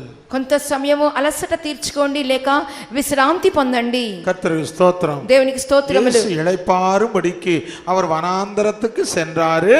యేసయ్యా విశ్రాంతి పొందాలని చెప్పి అరణ్య ప్రదేశానికి కదా వెళ్ళారు. மகனே, மகளே, உனக்கு இளைப்பாறுதலை தரும்படிக்கு இயேசு இந்த நாட்களிலே 2 கரங்களையும் நீட்டி அழைக்கிறார். ఇదిగో కుమారుడా కుమారి, నీకు కూడా విశ్రాంతి ఇచ్చు నిమిత్తము ఆ యేసు ప్రభువు 2 చేతులు చాపి నిన్ను పిలుస్తున్నారు. பாரசுமக்கருளே, என்னிடத்திலே வாருங்கள், ప్రయాసపడి భారం మోసుకుంటున్న వారలారా నా యొద్దకు రండి, நான் உங்களுக்கு இளைப்பாறுதல் தருவேன். నేను మీకు విశ్రాంతినిచ్చేదను. ஆம், அந்த இயேசு தம்முடைய கரங்களை நீட்டி அழைக்கிறார். ఇదిగో ఆ యొక్క యేసయ్య తన చేతులు చాపి పిలుచుచున్నారు. ஒவ்வொருவருக்கும் அவர் இளைப்பாறுதலை தரும்படிக்கு வர போகிறார். ప్రతి ఒక్కరూ విశ్రాంతి ఇచ్చు నిమిత్తమే ఆయన రాబోచున్నారు. உலகத்திலே உபத்திரப்படுகிறையா? లోకములో உபத்திரப்படுகிறையா? ఉపద్రవపడిగిరాయా? నిన్ను శ్రమ పడుచున్నావా? కష్టங்களை అనుభవిக்கிறையா? కష్టములు అనుభవిస్తున్నావా? பயப்படாதே, భయపడవద్దు. ఉపద్రవపడిగిற உங்களுக்கு ஒரு இளைப்பாறுதல் உண்டு. ఉపద్రవములో విడుచున్న వారికి కూడా విశ్రాంతి కలదు. 2 தெசலோனி 1ஆம் அதிகாரம் 6ஆம் வசனத்துக்கு வரும்போது 2వ దశలోనిక 1వ అధ్యాయము 6వ వాక్యానికి వచ్చినప్పుడు ఉపద్రవపడిగిற உங்களுக்கு இளைப்பாறுதலை கொடுக்கிறது தேவனுடைய நியாயமாய் இருக்கிறது. ఉపద్రవపడుచున్న మీకు కూడా విశ్రాంతినిచ్చుట దేవుని యొక్క న్యాయమై ఉన్నది. మగనే మగలే, நீ இந்த உலகத்தில் ఉపద్రవங்களை కండు భయపడాదే. ప్రియమైన వారలారా, ఈ లోకంలో ఉన్నటువంటి శ్రమలు చూసి మీరు భయపడవద్దు. உன்னை வனாந்தரத்தின் பாதையிலே கொண்டு வருவது உனக்கு இளைப்பாறுதலை தரும்படிக்கு தான். ఈ అరణ్యంలో నేను తీసుకుని వెళ్ళేది నీకు నిశ్చయముగా విశ్రాంతినిచ్చుటకే. இந்த உலகத்தில் இருக்க வரைக்கும், இந்த பாவ உலகத்தில் இருக்க வரைக்கும், ஐகுப்தில் இருக்க வரைக்கும் இளைப்பாறுதல் இல்லவே இல்லை. నువ్వు ఈ పాప లోకములో ఉంటున్నంత వరకు, ఐగుప్తులో ఉంటున్నంత వరకు నీకు విశ్రాంతి లేనే లేదు. என்றைக்கு நீ எகிப்தை விட்டு வனாந்தரத்துக்கு வருகிறையோ அங்கே இளைப்பாறுதல் உண்டு. ఎప్పుడైతే నీవు ఐగుప్తుని విడిచి అరణ్యంలోనికి వచ్చుచున్నావో అప్పుడే నీకు విశ్రాంతి ఉన్నది. அந்த வனாந்தரத்தில் இயேசு అలసట இளைப்பாறுதலுக்காகத்தான் அங்கே இருக்கிறார். ఆ యొక్క అరణ్య ప్రదేశంలో యేసు అలసట తీర్చుకోవడానికి అనగా విశ్రాంతి పొందడానికే వెళ్ళి ఉన్నారు. சீக்கிரத்திலே உனக்கு ஒரு இளைப்பாறுதல் உண்டு. అతి త్వరలో నీకు ఒక విశ్రాంతి ఉన్నది. அந்த இளைப்பாறுதலை கொடுக்க இயேசு வரப்போகிறார். ఆ విశ్రాంతిని ఇవ్వడానికి యేసు రాబోచున్నారు. இப்படி ஒரே வசனத்தை வாசித்து நாம் கண்களை மூடுவோம். ఒకే ఒక వాక్యం చదువుకొని మనం కళ్ళు మూసుకుందాం. இப்ரே 4ஆம் அதிகாரம் 3ஆம் வசனத்திலே வாசிக்கும்போது హెబ్రీ రాసిన పత్రిక 4వ అధ్యాయము 3వ వాక్యం చదువుతున్నప్పుడు కాబట్టి దేవుని ప్రజలకు విశ్రాంతి నిలిచి ఉన్నది. దేవుని జనங்களுக்கு ఇளைப்பாறுதல் வரப்போகுது. 9వ వాక్యము కాబట్టి దేవుని ప్రజలకు విశ్రాంతి రాబోచున్నది. 4వ అధ్యాయం 3వ వాక్యములోను తర్వాత 9వ వాక్యములోను 4వ అధ్యాయము 3వ వాక్యము 9వ వాక్యము. அருமையானவனே, இந்த இளைப்பாறுதலை கொடுக்கிறதுக்காகத்தான் இயேசு வரப்போகிறார். ప్రియమైన వారలారా, విశ్రాంతి అనుగ్రహించే నిమిత్తమే యేసు రాబోచున్నారు. 3వ వాక్యం వాటి చదువుకుందాం. 3వ వాక్యం చదవండి. ఈ విశ్రాంతి గురించి నేను కోపంతో ప్రమాణం చేసినట్టు వారు నా విశ్రాంతిలో ప్రవేశింపరని ఆయన చెప్పిన మాటను అనుసరించి విశ్వాసులైన మనము ఆ విశ్రాంతిలో ప్రవేశించున్నాము. విశ్వాసితులైన నామో அந்த இளைப்பாறுதலுக்குள்ளே பிரவேசிக்க போகிறோம். విశ్వాసులమైన మనము ఆ విశ్రాంతిలో ప్రవేశించుచున్నాము. 9వ వచనத்துல சொல்றாரு, 9వ వాక్యంలో చెప్పుచున్నారు, దేవుని జనங்களுக்கு இளைப்பாறுகிற காலம் இனி வரப்போகுது. కాబట్టి దేవుని ప్రజలకు ఇక మీదట విశ్రాంతి రాబోచున్నది. இந்த மத்தியான நேரத்திலே கர்த்தர் அழைக்கிறார். ఇదిగో ఈ మధ్యాహ్న సమయంలో దేవుడు నిన్ను పిలుచుచున్నారు. என் ஜனங்களே, నా జనులారా, ஐகுப்திலே இருக்காதீங்க. ఐగుప్తులో మీరు ఇక మీదట ఉండకండి. எகிப்திலே அடிமைகளா இருக்க வேண்டாம். ఐగుప్తులో దాసులుగా ఉండకండి. பாவத்துக்கு அடிமைகளா இருக்காதீங்க. పాపమునకు దాసులుగా ఉండవద్దు. நான் வனாந்தரத்திலே இருக்கிறேன். నేను అరణ్యములో ఉన్నాను. மணவாட்டி எங்கே இருக்கிறாள்? పెండ్లి కుమార్తె ఎచ్చట ఉన్నది. வனாந்தரத்திலே தான் இருக்கிறாள். అరణ్యములోనే కదా కనబడుచున్నది. ఉన్నత పాఠ్య 8ஆம் அதிகாரத்திலே வரும்போது పరమగీతము 8వ అధ్యాయము, வனாந்தரத்திலிருந்து வருகிற இவள் யார்? అరణ్య మార్గమున వచ్చున్నది ఎవతే? தன் பிரியன் மேல சார்ந்து கொண்டு தன வனாந்தரத்திலிருந்து வருகிற இவள் யார்? తన ప్రియుని మీద ఆనుకొని అరణ్య మార్గమున వచ్చున్నది ఎవతే? ஆம், இந்த மத்தியான நேரத்திலே எல்லாரும் கண்களை மூடுங்க. ఈ మధ్యాహ్న సమయంలో మనందరం కళ్ళు మూసుకుందాం. நம்முடைய இளைப்பாறுதலின் நாட்கள் வந்து கொண்டு இருக்குது. మన విశ్రాంతి దినములు ఆసన్నమై ఉన్నవి. சீக்கிரத்திலே நாம் இந்த உலகத்தை விட போகிறோம். అతి త్వరలో ఈ లోకాన్ని విడిచి వెళ్ళిపోబోచున్నాం. இந்த எகிப்தை விட போகிறோம். ఐగుప్తుని విడిచిపెట్టబోచున్నాం. மோசையோடு சேர்ந்து கொள்ளுவோம். మోషేతో కలిసిపోతున్నాం. நாங்கள் வனாந்தரத்துக்கு செல்ல வேண்டும் என்று சொல்லுங்க. మేము కూడా అరణ్యానికి వెళ్తామని చెప్పండి. ஓ ஃபரோ, ஓ ராஜாவே, இனி நாங்கள் உமக்கு அடிமை அல்லவே அல்ல. ఓ ఫరో, ఓ రాజా, ఇక మీదట మేము నీకు దాసులము కానే కాదు. நாங்கள் உமக்கு அடிமைப்பட்டவளா இருக்க மாட்டோம். మేము ఏ మాత్రము నీకు బానిసత్వము చెయ్యము. ஓ பாவமே, உன்னோடு எங்களுக்கு சம்பந்தம் இல்லவே இல்லை. ఓ ఫరో, నీతో మాకు ఏ మాత్రము సంబంధము ఇక లేదు. உலகத்தின் சந்தோஷங்களே, உங்களோடு எங்களுக்கு ஐக்கியம் இல்லவே இல்லை. లోకపు సంతోషమా, నీతో మాకు ఎటువంటి ఐక్యత ఇక మీదట లేదు. எங்களை அடிமைப்படுத்தி வைத்திருக்கிற பிசாசே, உன்னோடு எங்களுக்கு ஐக்கியம் இல்லவே இல்லை. మమ్మలను దాసులుగా చేసిన సాతానా, నీతో మాకు సంబంధమే లేదు. சீக்கிரமாய் நாங்கள் வனாந்தரத்துக்கு சென்று கர்த்தருக்கு பலி செலுத்த வேண்டும். అతి త్వరలో అరణ్యానికి వెళ్ళి మేము బలి అర్పించబోచున్నాం. சீக்கிரத்திலே வனாந்தரத்திலே சென்று நாங்கள் ஆராதனை செய்ய போகிறோம். అతి త్వరలో అరణ్యానికి వెళ్ళి దేవుణ్ణి ఆరాధించబోచున్నాం. இந்த ஆராதனை 1 மணி நேரம், 3 மணி நேரம், 5 மணி நேரம் அல்ல. ఈ యొక్క ఆరాధన గంట, 2 గంటలు, 3 గంటలు కాదు. காலாகாலங்களாய் யுகாயுகங்களாய் இயேசுவோடு கூட நாங்கள் ஆராதனை செய்ய போகிறோம். అనేక కాలములుగా, యుగాయుగములుగా యేసుతో మనము ఉండబోచున్నాము. நாங்கள் சீக்கிரமாய் எங்கள் இளைப்பாறுதலுக்கு ஆயத்தமாக போகிறோம். అతి త్వరలో మనం మన విశ్రాంతి పొందుటకు సిద్ధపడబోచున్నాం. எல்லாரும் கண்களை மூடுங்க. అందరూ కళ్ళు మూసుకొనండి. உலகத்தோடு சொல்லுங்க. లోకముతో చెప్పండి. பாவத்தோடு சொல்லுங்க.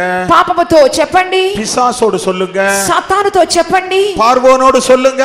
ఫరోతో చెప్పండి. நாங்கள் வனாந்தரத்துக்கு போக போகிறோம். మేము ఇదిగో అరణ్యానికి వెళ్ళుచున్నాము. యేసు ఆవియానవరాలే వనాంతరத்துக்கு சென்றிருக்கிறார். యేసు ఆత్మ ద్వారా అరణ్యానికి కొనిపోబడి ఉన్నారు. நாங்களும் கூட இயேசுவோடு கூட வனாந்தரத்தில் இருக்க போகிறோம். మేము కూడా యేసుతో పాటు అరణ్యానికి వెళ్ళిపోబోచున్నాం. இந்த 7 விதமான ஆசீர்வாதங்களை பெற போகிறோம். 7 రకాలైన ఆశీర్వాదాలు పొందబోచున్నాం. அதுதான் எங்கள் நம்பிக்கை. అదే మా యొక్క నిరీక్షణ. அதுதான் எங்கள் சந்தோஷம். అదే మా యొక్క సంతోషము. எல்லாரும் வாய்களை திறந்து சொல்லுவோம். అందరూ నోరు తెరిచి చెప్పండి. நம்முடைய இளைப்பாறுதலுக்கு ஆயத்தமாக்கிக் கொள்ளுவோம். మన విశ్రాంతికి మనం సిద్ధపడుచున్నాం. கர்த்தர் நம்ம எல்லாரையும் ஆசீர்வதிக்கட்டும். ప్రభు మనల్ని ఆశీర్వదించును గాక. అరణ్యమేడరియు కస్తూరి పుష్పమై పూయుచు ఉల్లసించినట్లుగా అరణ్యమేడరియు కస్తూరి పుష్పమై పూయుచు ఉల్లసించినట్లుగా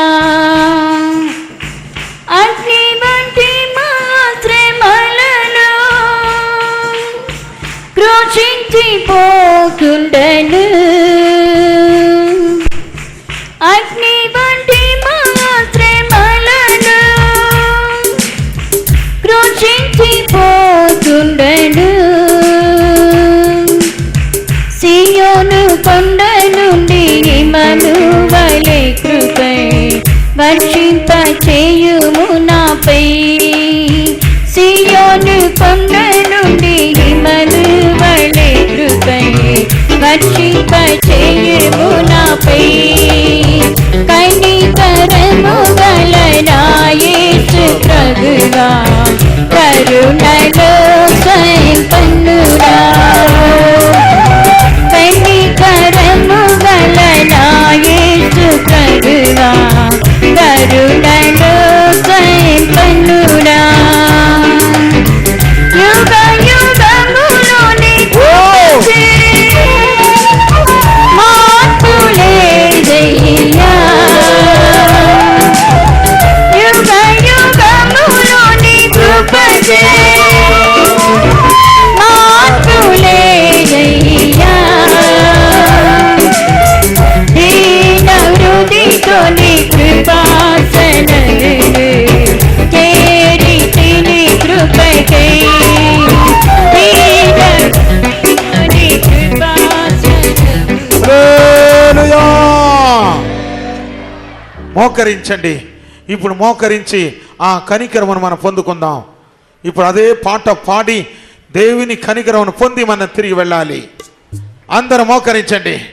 అందరూ మోకరించి దేవుని కనికరమును పొందుకోండి. ఓ ఫరో, ఇక నీతో మాకు పని లేదు. ఐగుప్తు దేశమా, నీతో మాకు పనియే లేదు. దేవుని కనికరం, ప్రభు యొక్క కనికరం మాకు అరణ్యములో ఉన్నది. ఆ కనికరమును పొందుటకు మేము వెళ్ళవచ్చున్నామని మీరు ఎంతమంది చెప్పగలరు? చెప్పగలిగిన వారు ఇప్పుడు అందరూ మోకరించండి. మోకరించి దేవుని కనికరమును పొంది వెళ్ళండి. ఆమేన్. కనికరము గల నా యేసు ప్రభువా కరుణలో సంపన్నుడా కనికరము గల నా యేసు ప్రభువా కరుణలో సంపన్నుడా యుగ యుగములోని కృపకి మార్పులేదయ్యా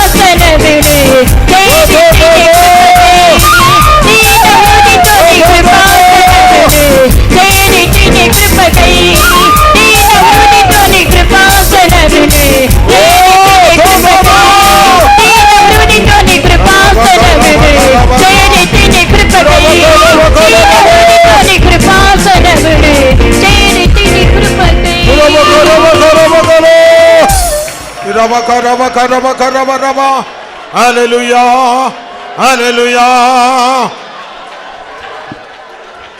కుమార కుమార్తె, ఆ కనికరం మీకు సమీపంగానే ఉన్నది. ఆ కనికరం మీకు సమీపంగానే ఉన్నది. ఆయన కనికర పూర్ణుడు. ఆయన కనికర పూర్ణుడు. ఆయన కనికర పూర్ణుడు. ఆ కనికర పూర్ణుణ్ణి పిలవండి. ఇప్పుడు తన కనికరమును నీకు కుమరింపబోచున్నాడు. యుగ యుగములు నీ కృపకు మార్పులేదయ్యా. యుగ యుగములు నీ కృపకు మార్పులేదయ్యా. దీన హృదయతో నీ కృపాసనములే చేరితి నీ కృపకై.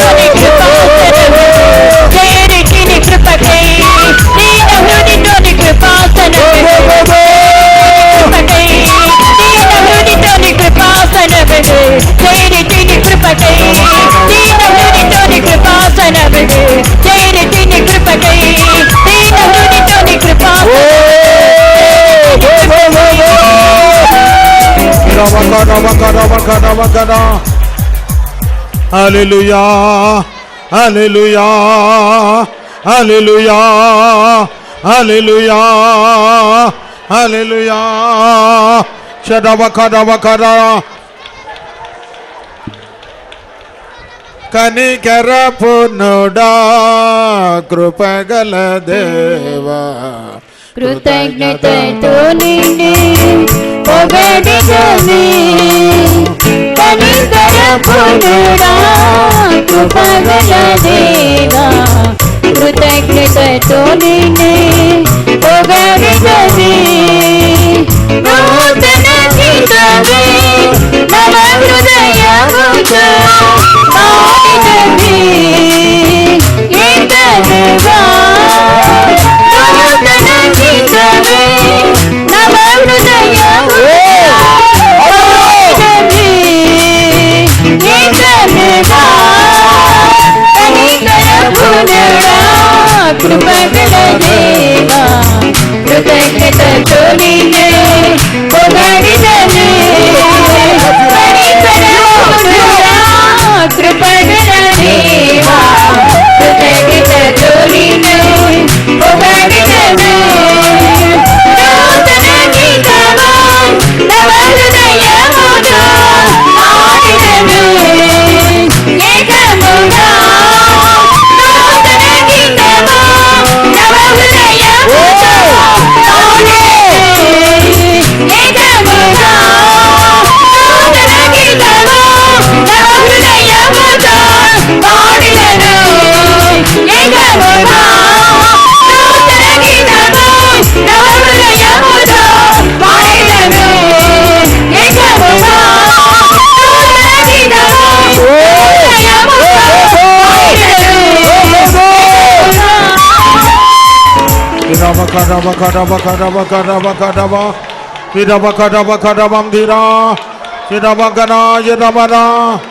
హల్లెలూయా హల్లెలూయా హల్లెలూయా హల్లెలూయా హల్లెలూయా. ఈ మధ్యాహ్న సమయం ఎవరెవరు కనికరమును పొంది ఉన్నారో వారందరూ చేతుల పైకెత్తి దేవునికి స్తోత్రించదము. స్తోత్రం స్తోత్రం స్తోత్రం స్తోత్రం స్తోత్రం స్తోత్రం స్తోత్రం. కనికరము గల దేవుడు ఐగుప్తు దేశము నుండి మనల్ని ఈ ఎడారి ప్రాంతమునకు అరణ్యమునకు తీసుకొని వచ్చినందుకై స్తోత్రించదము. స్తోత్రం స్తోత్రం స్తోత్రం స్తోత్రం స్తోత్రం స్తోత్రం. అరణ్యములోనికి తోడుకొని వచ్చి మన అందరి కనికరించిన కనికరము కొరకై మరోసారి స్తోత్రించదము. స్తోత్రం స్తోత్రం స్తోత్రం. ఈ ఎడారి అరణ్య ప్రాంతములో మన కొరకై విశ్రాంతిని ఆయన సిద్ధపరిచినందుకై స్తోత్రించదము. స్తోత్రం స్తోత్రం స్తోత్రం స్తోత్రం. మన ప్రభు అతి త్వరగా రాబోతున్నారు కనుక స్తోత్రించదము. స్తోత్రం స్తోత్రం స్తోత్రం స్తోత్రం. స్తుతి ఘనత మహిమ చెల్లించి స్తోత్రించదము. స్తోత్రం స్తోత్రం స్తోత్రం. తండ్రి కుమారుడు పరిశుద్ధాత్మ కొరకై స్తోత్రించదము. స్తోత్రం స్తోత్రం స్తోత్రం. సాయంత్రం జరగవలసినటువంటి ఆఖరి కూడికను ప్రభు ఆశీర్వించినట్లుగా స్తోత్రించదము. స్తోత్రం స్తోత్రం స్తోత్రం స్తోత్రం. ప్రార్థించదము. మహాపరిశుద్ధమైన తండ్రి, నీ పరిశుద్ధ పాదములకు స్తోత్రం చెల్లించుకున్నామయ్యా. పునరుద్ధానోదయ కాలమున ఆత్మతోనూ సత్యముతోనూ ఆరాధించుటకు మీరు మాకిచ్చిన గొప్ప ధన్యత కొరకే స్తోత్రం. గగనం చీల్చుకొని మీరు మా మధ్యలో వచ్చి మీరు మాతో మాట్లాడుచున్న ప్రతి వాకు కొరకై స్తోత్రం. ఈ అరణ్య ప్రదేశంలో ఈ ఎడారిలో ప్రభా ఇటువంటి నాయన ఆరాధన చేయి ఒక స్థలం మీరు మాకు సిద్ధపరిచినందుకై నీ కోట్ల స్తోత్రం చెల్లించుకున్నాం. ప్రభానికి స్తోత్రం. ఈ అరణ్యంలో దేవా నీ స్వరం వినుటకు ప్రభా మీకు స్తోత్రం నాయన.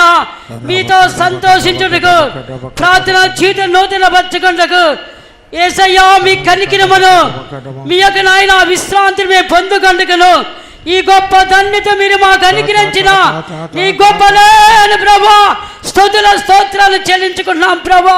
ఈ అరణ్యములోనే అనేకమైన ఆశీర్వాదములు దీవెనలు మీరు మా కొరకు సిద్ధపరిచినందుకై మీకు కోట్ల స్తోత్రాలు చెల్లించున్నా.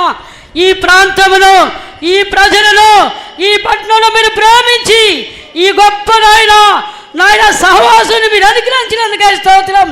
మీరు ఒక నాయన సువార్త కూటములు అనుగ్రహించి మంచి భవిష్యత్తు కూడా అనుగ్రహించి ప్రభా ఈ యొక్క 3 దినముల కదా నాయన మీ సన్నిధిలో ఆనందించడానికి ధన్యతకై స్తోత్రం. 4వ దినం చివరి దినం కూడా కూటను మీరు ఆశీర్వాదంగా మహిమకరంగా మీరు మార్చి ఎలాగైనా నరకము నుండి తప్పించి పరలోకమునికి వెళ్ళక దారిని పరలోకం వెళుతున్న దారిని ఉపదేశను విని ఆ సత్యానికి అప్పగించుకొని పరలోక రాజ్యం కొరకు సిద్ధపడుకు వీరి దినంలో సహాయం చేయవలసిందిగా మీ సన్నిధిలో బతిలాడుకొనిచున్నామయ్యా. ఓ గొప్ప జనాన్ని సియోను గనుగను యెరూషలేము గనుగను సిద్ధపరచవలసిందిగా అనుకుంటున్నాం. ఒక్కరి కూడా నశించడం మీకు ఇష్టం లేదు కనుక ఈ ప్రాంతంలో వచ్చిన ప్రతి బిడ్డ కూడా ప్రభా వాక్యం ఉన్న ప్రతి బిడ్డ కూడా సత్యనకు విధాలు బట్టి బాప్తిసం మంది పరిశుద్ధాత్మంది పరిశుద్ధుల సహవాసంలో స్థిరపరచబడి ఉపదేశనందు ఎదిగి పరిపూర్ణపరచబడి పరలోక రాజ్యాన్ని సిద్ధపట్టుకు సహాయం చేయి ఆశీర్వదించమని యేసయ్య నామములో అడుగుతున్నాం తండ్రి. ఆమేన్. స్తోత్రించదమా. స్తోత్రం స్తోత్రం స్తోత్రం స్తోత్రం. మన ప్రభువైన యేసుక్రీస్తు కృపయు తండ్రి అయిన దేవుని యొక్క ప్రేమయు పరిశుద్ధాత్మ యొక్క సహవాసము ఇప్పుడు ఎల్లప్పుడూ ఆయన రాకడ వరకు సదాకాలము తోడుగా ఉండినట్లు కాపాడబడును గాక. హల్లెలూయా హల్లెలూయా హల్లెలూయా.